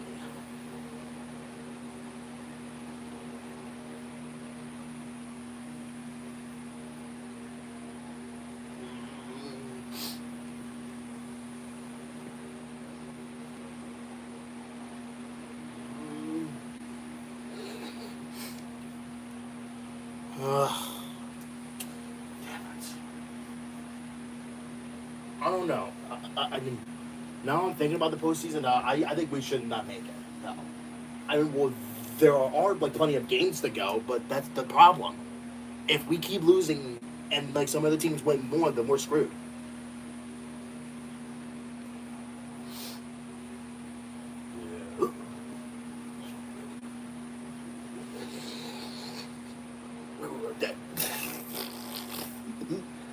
You son of a bitch.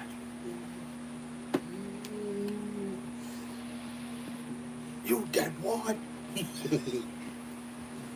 You dead what? What? God. This is my fan. I'm glad I cleaned up my fan too, though.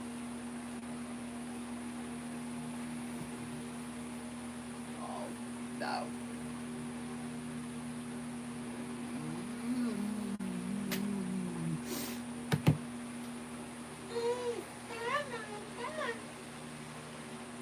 Hell. What the hell?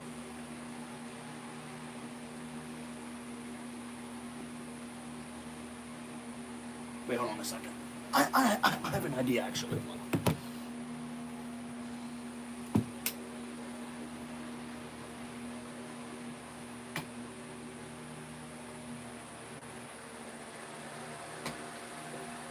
There we go. No, we don't actually.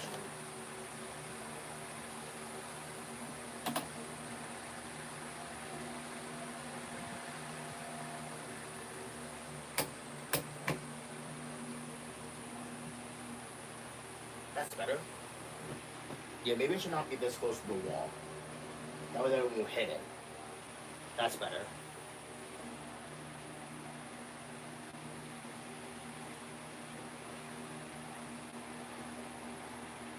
That's better.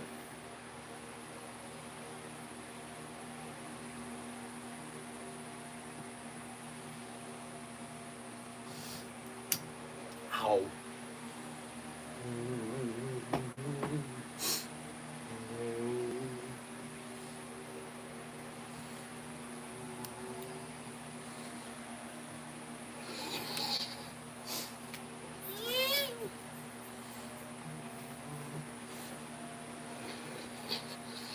Eat.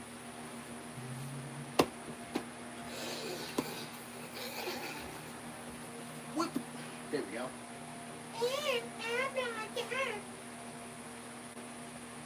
Rupert.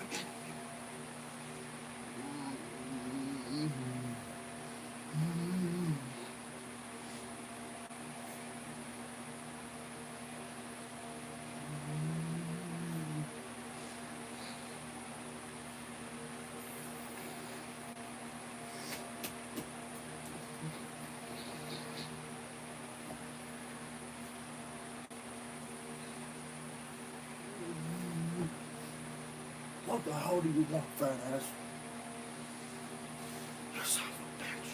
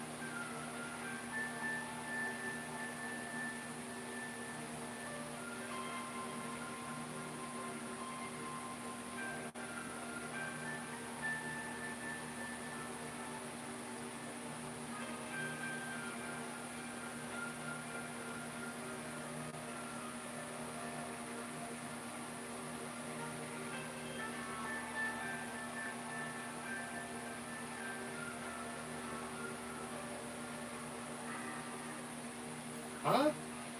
Alright, be real with me.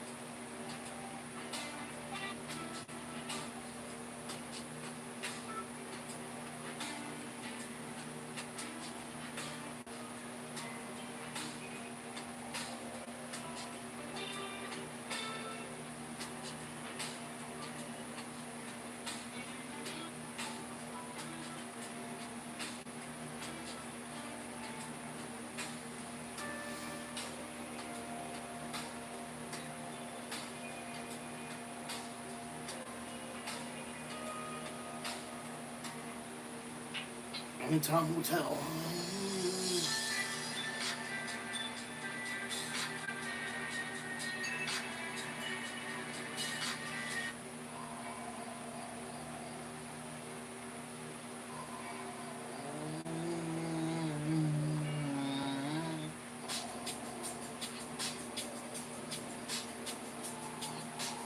$2022.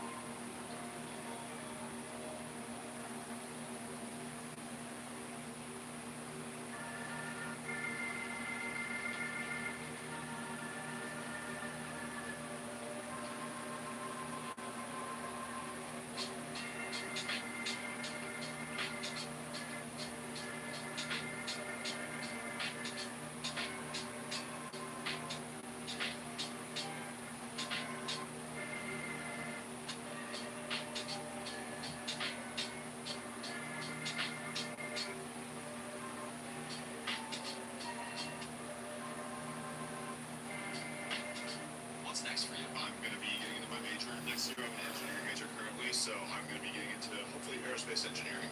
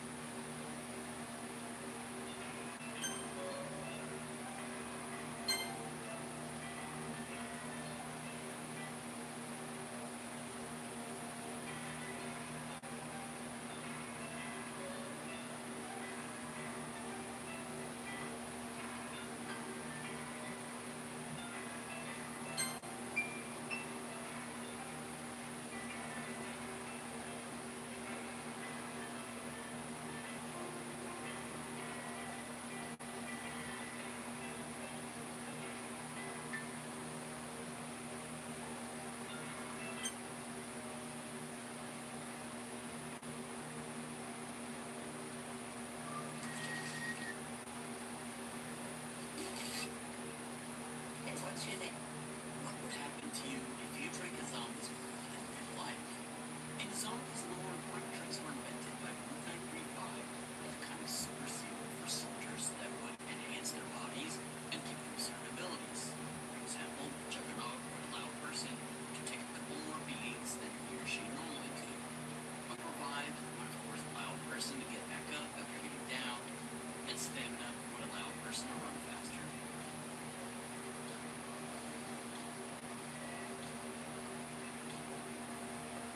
But what if these drinks existed in real life? What would happen if you drank them? Would they just give you energy boost like a Red Bull or a Monster? Or would they enhance your body like they do in the game? And would they even taste good? Well, let's start by taking a look at the ingredients in the Juggernaut. At first glance, the ingredients seem pretty normal. Carbonated milk and spinach juice. Spinach juice, although it probably tastes like garbage, it's actually good for you. And carbonated milk, I just found out, is actually a popular drink in most East Asian countries. The next ingredient is fortified with iron. That's such a weird way to write an ingredient, fortified with iron, but it basically just means they added extra iron to the drink. But then we start getting into some strange ingredient. Pure garbage ingredients, like powdered crocodile eggs and pure gumption. Powdered crocodile eggs probably aren't much different than normal powdered eggs, but they are illegal to eat in America. Pure gumption isn't actually something that is material. It's a thought, a concept. Gumption just means courage. You know, if Juggernaut existed in real life, I'd probably have a wife and kids by now. But the wife would probably divorce me over the gain that comes from Juggernaut. One can of Juggernaut has about 1,000 calories. That's 40% of the recommended calorie intake per day. And the fat content of Jug is even more concerning. According to the USDA, the recommended daily fat intake of someone who is very active, works out, etc., is around 93 grams. But for someone like me, with chronic couch potato syndrome, the recommended amount is about 73 grams. Guess how much fat this drink has?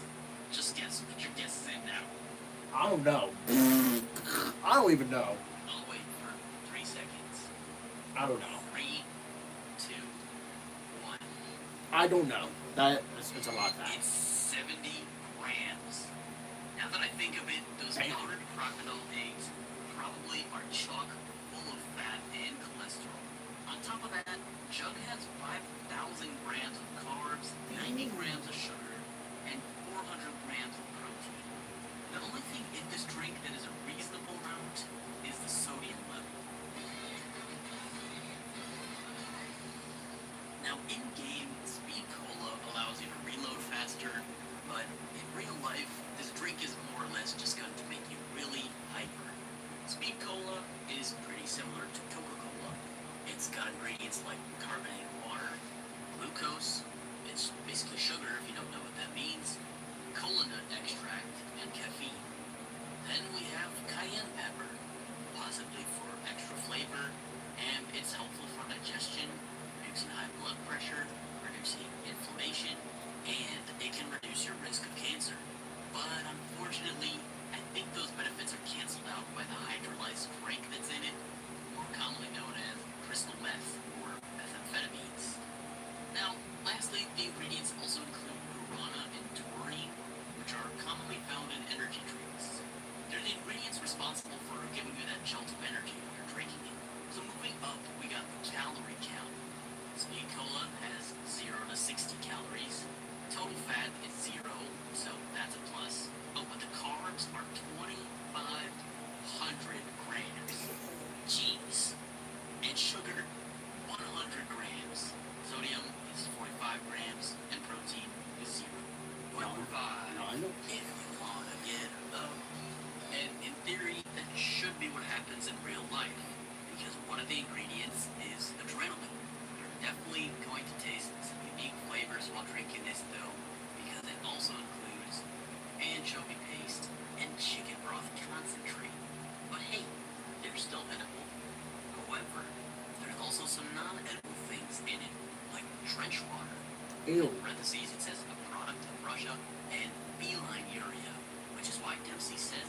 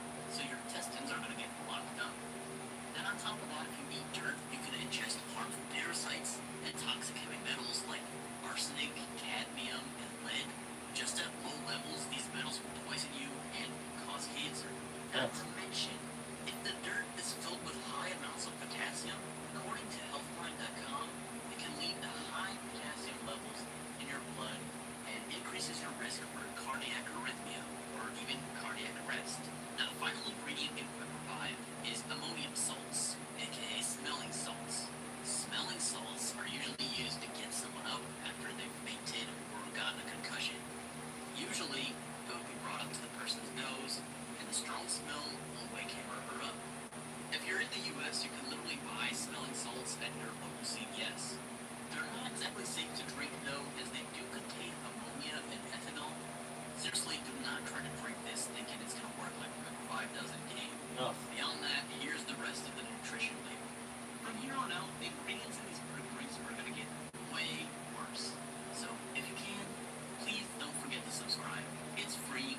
If you didn't enjoy the video by the end, you can always take your subscription back.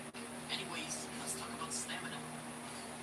Traditionally, stamina makes you run faster. You can get around bigger maps pretty quickly after drinking stamina, but let's see if that's the case in real life.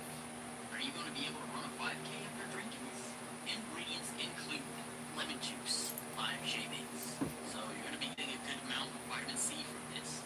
But here's the best part, and I know some of you in the audience probably enjoy the smell of this ingredient. Are you ready? For it? Yeah. It's high-octane gasoline. Please, for your own sake and for mine, do not continue smelling gasoline, much less drink it in really, really small amounts. Ingesting gasoline can cause symptoms like vomiting, heartburn, drowsiness, vertigo, slurred speech, facial flushing, staggering. Being motivated isn't the hard part, not working out is. People always ask me like how really motivates this music. Weakness, loss of consciousness, lung and internal organ hemorrhaging, and heart failure. That was a huge list. Just 2 ounces of this stuff will intoxicate your blood, and then between that and 12 ounces can kill you. Just depends on your weight. Other ingredients in stamina include vitamin K, which is a vitamin that helps with blood clotting, capsaicin, which is what gives hot peppers their heat, and it's also used in arthritis and psoriasis creams. The last ingredient in stamina is jumping bean extract. That just sounds nasty. Jumping beans are these little seed pods that have moth larvae living inside of them. Oh. And when heat touches these pods, they start jumping around. Hence why they're called jumping beans. But I can't imagine they're gonna taste too good in a drink, unless you like the taste of moth. Elemental Pop. Elemental Pop is an awfully new perk. It just showed up in Cold War Zombies. And what it does is, once in a while, when you're shooting a gun, it will randomly give an elemental upgrade to a couple of your bullets. It gives you the upgrades from those ammo mods available at Pack Punch, Cryo Freeze, Dead Wire, Napalm Blast, Brain Rot, and Shatter Blast. Elemental Pop advertises a whopping 1 calorie, 0 grams of fat, 0 carbs, 0 sugars, and 0 protein.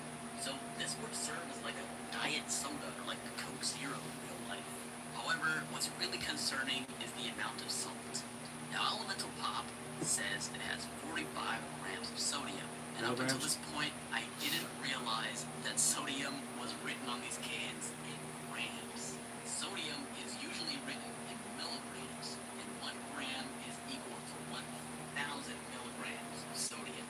I really hope this was a typo of the graphic designer's part, because that means this drink actually has 45,000 milligrams of sodium. That is 1 salty drink. My goodness.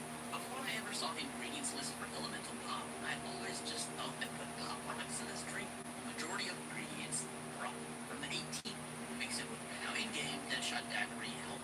Little kids don't love Tombstone. And the next ingredient is Dehydrated Eye of Nick, which is a reference. I don't know how to pronounce the dead body. If emboldening, an inflammation and sores in the throat, can cause bronchitis, body tissue distress, which is the stuff by yourself and keep all your Tombstone soda and viscoelect mixed together and reused. So you better. Tombstone soda has about 180 suspension. Too bad. Third, show you in a second. 3 guns, they are as follow. Depending on how much lead is in Mule Kick, you can filter it out through your pee. But if it's a high amount, you're gonna get lead poisoning, or according to the CDC, it's gonna insta-kill you. Bad pun, I know.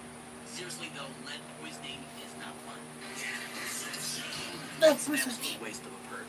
It just outlines zombies so you can see them through.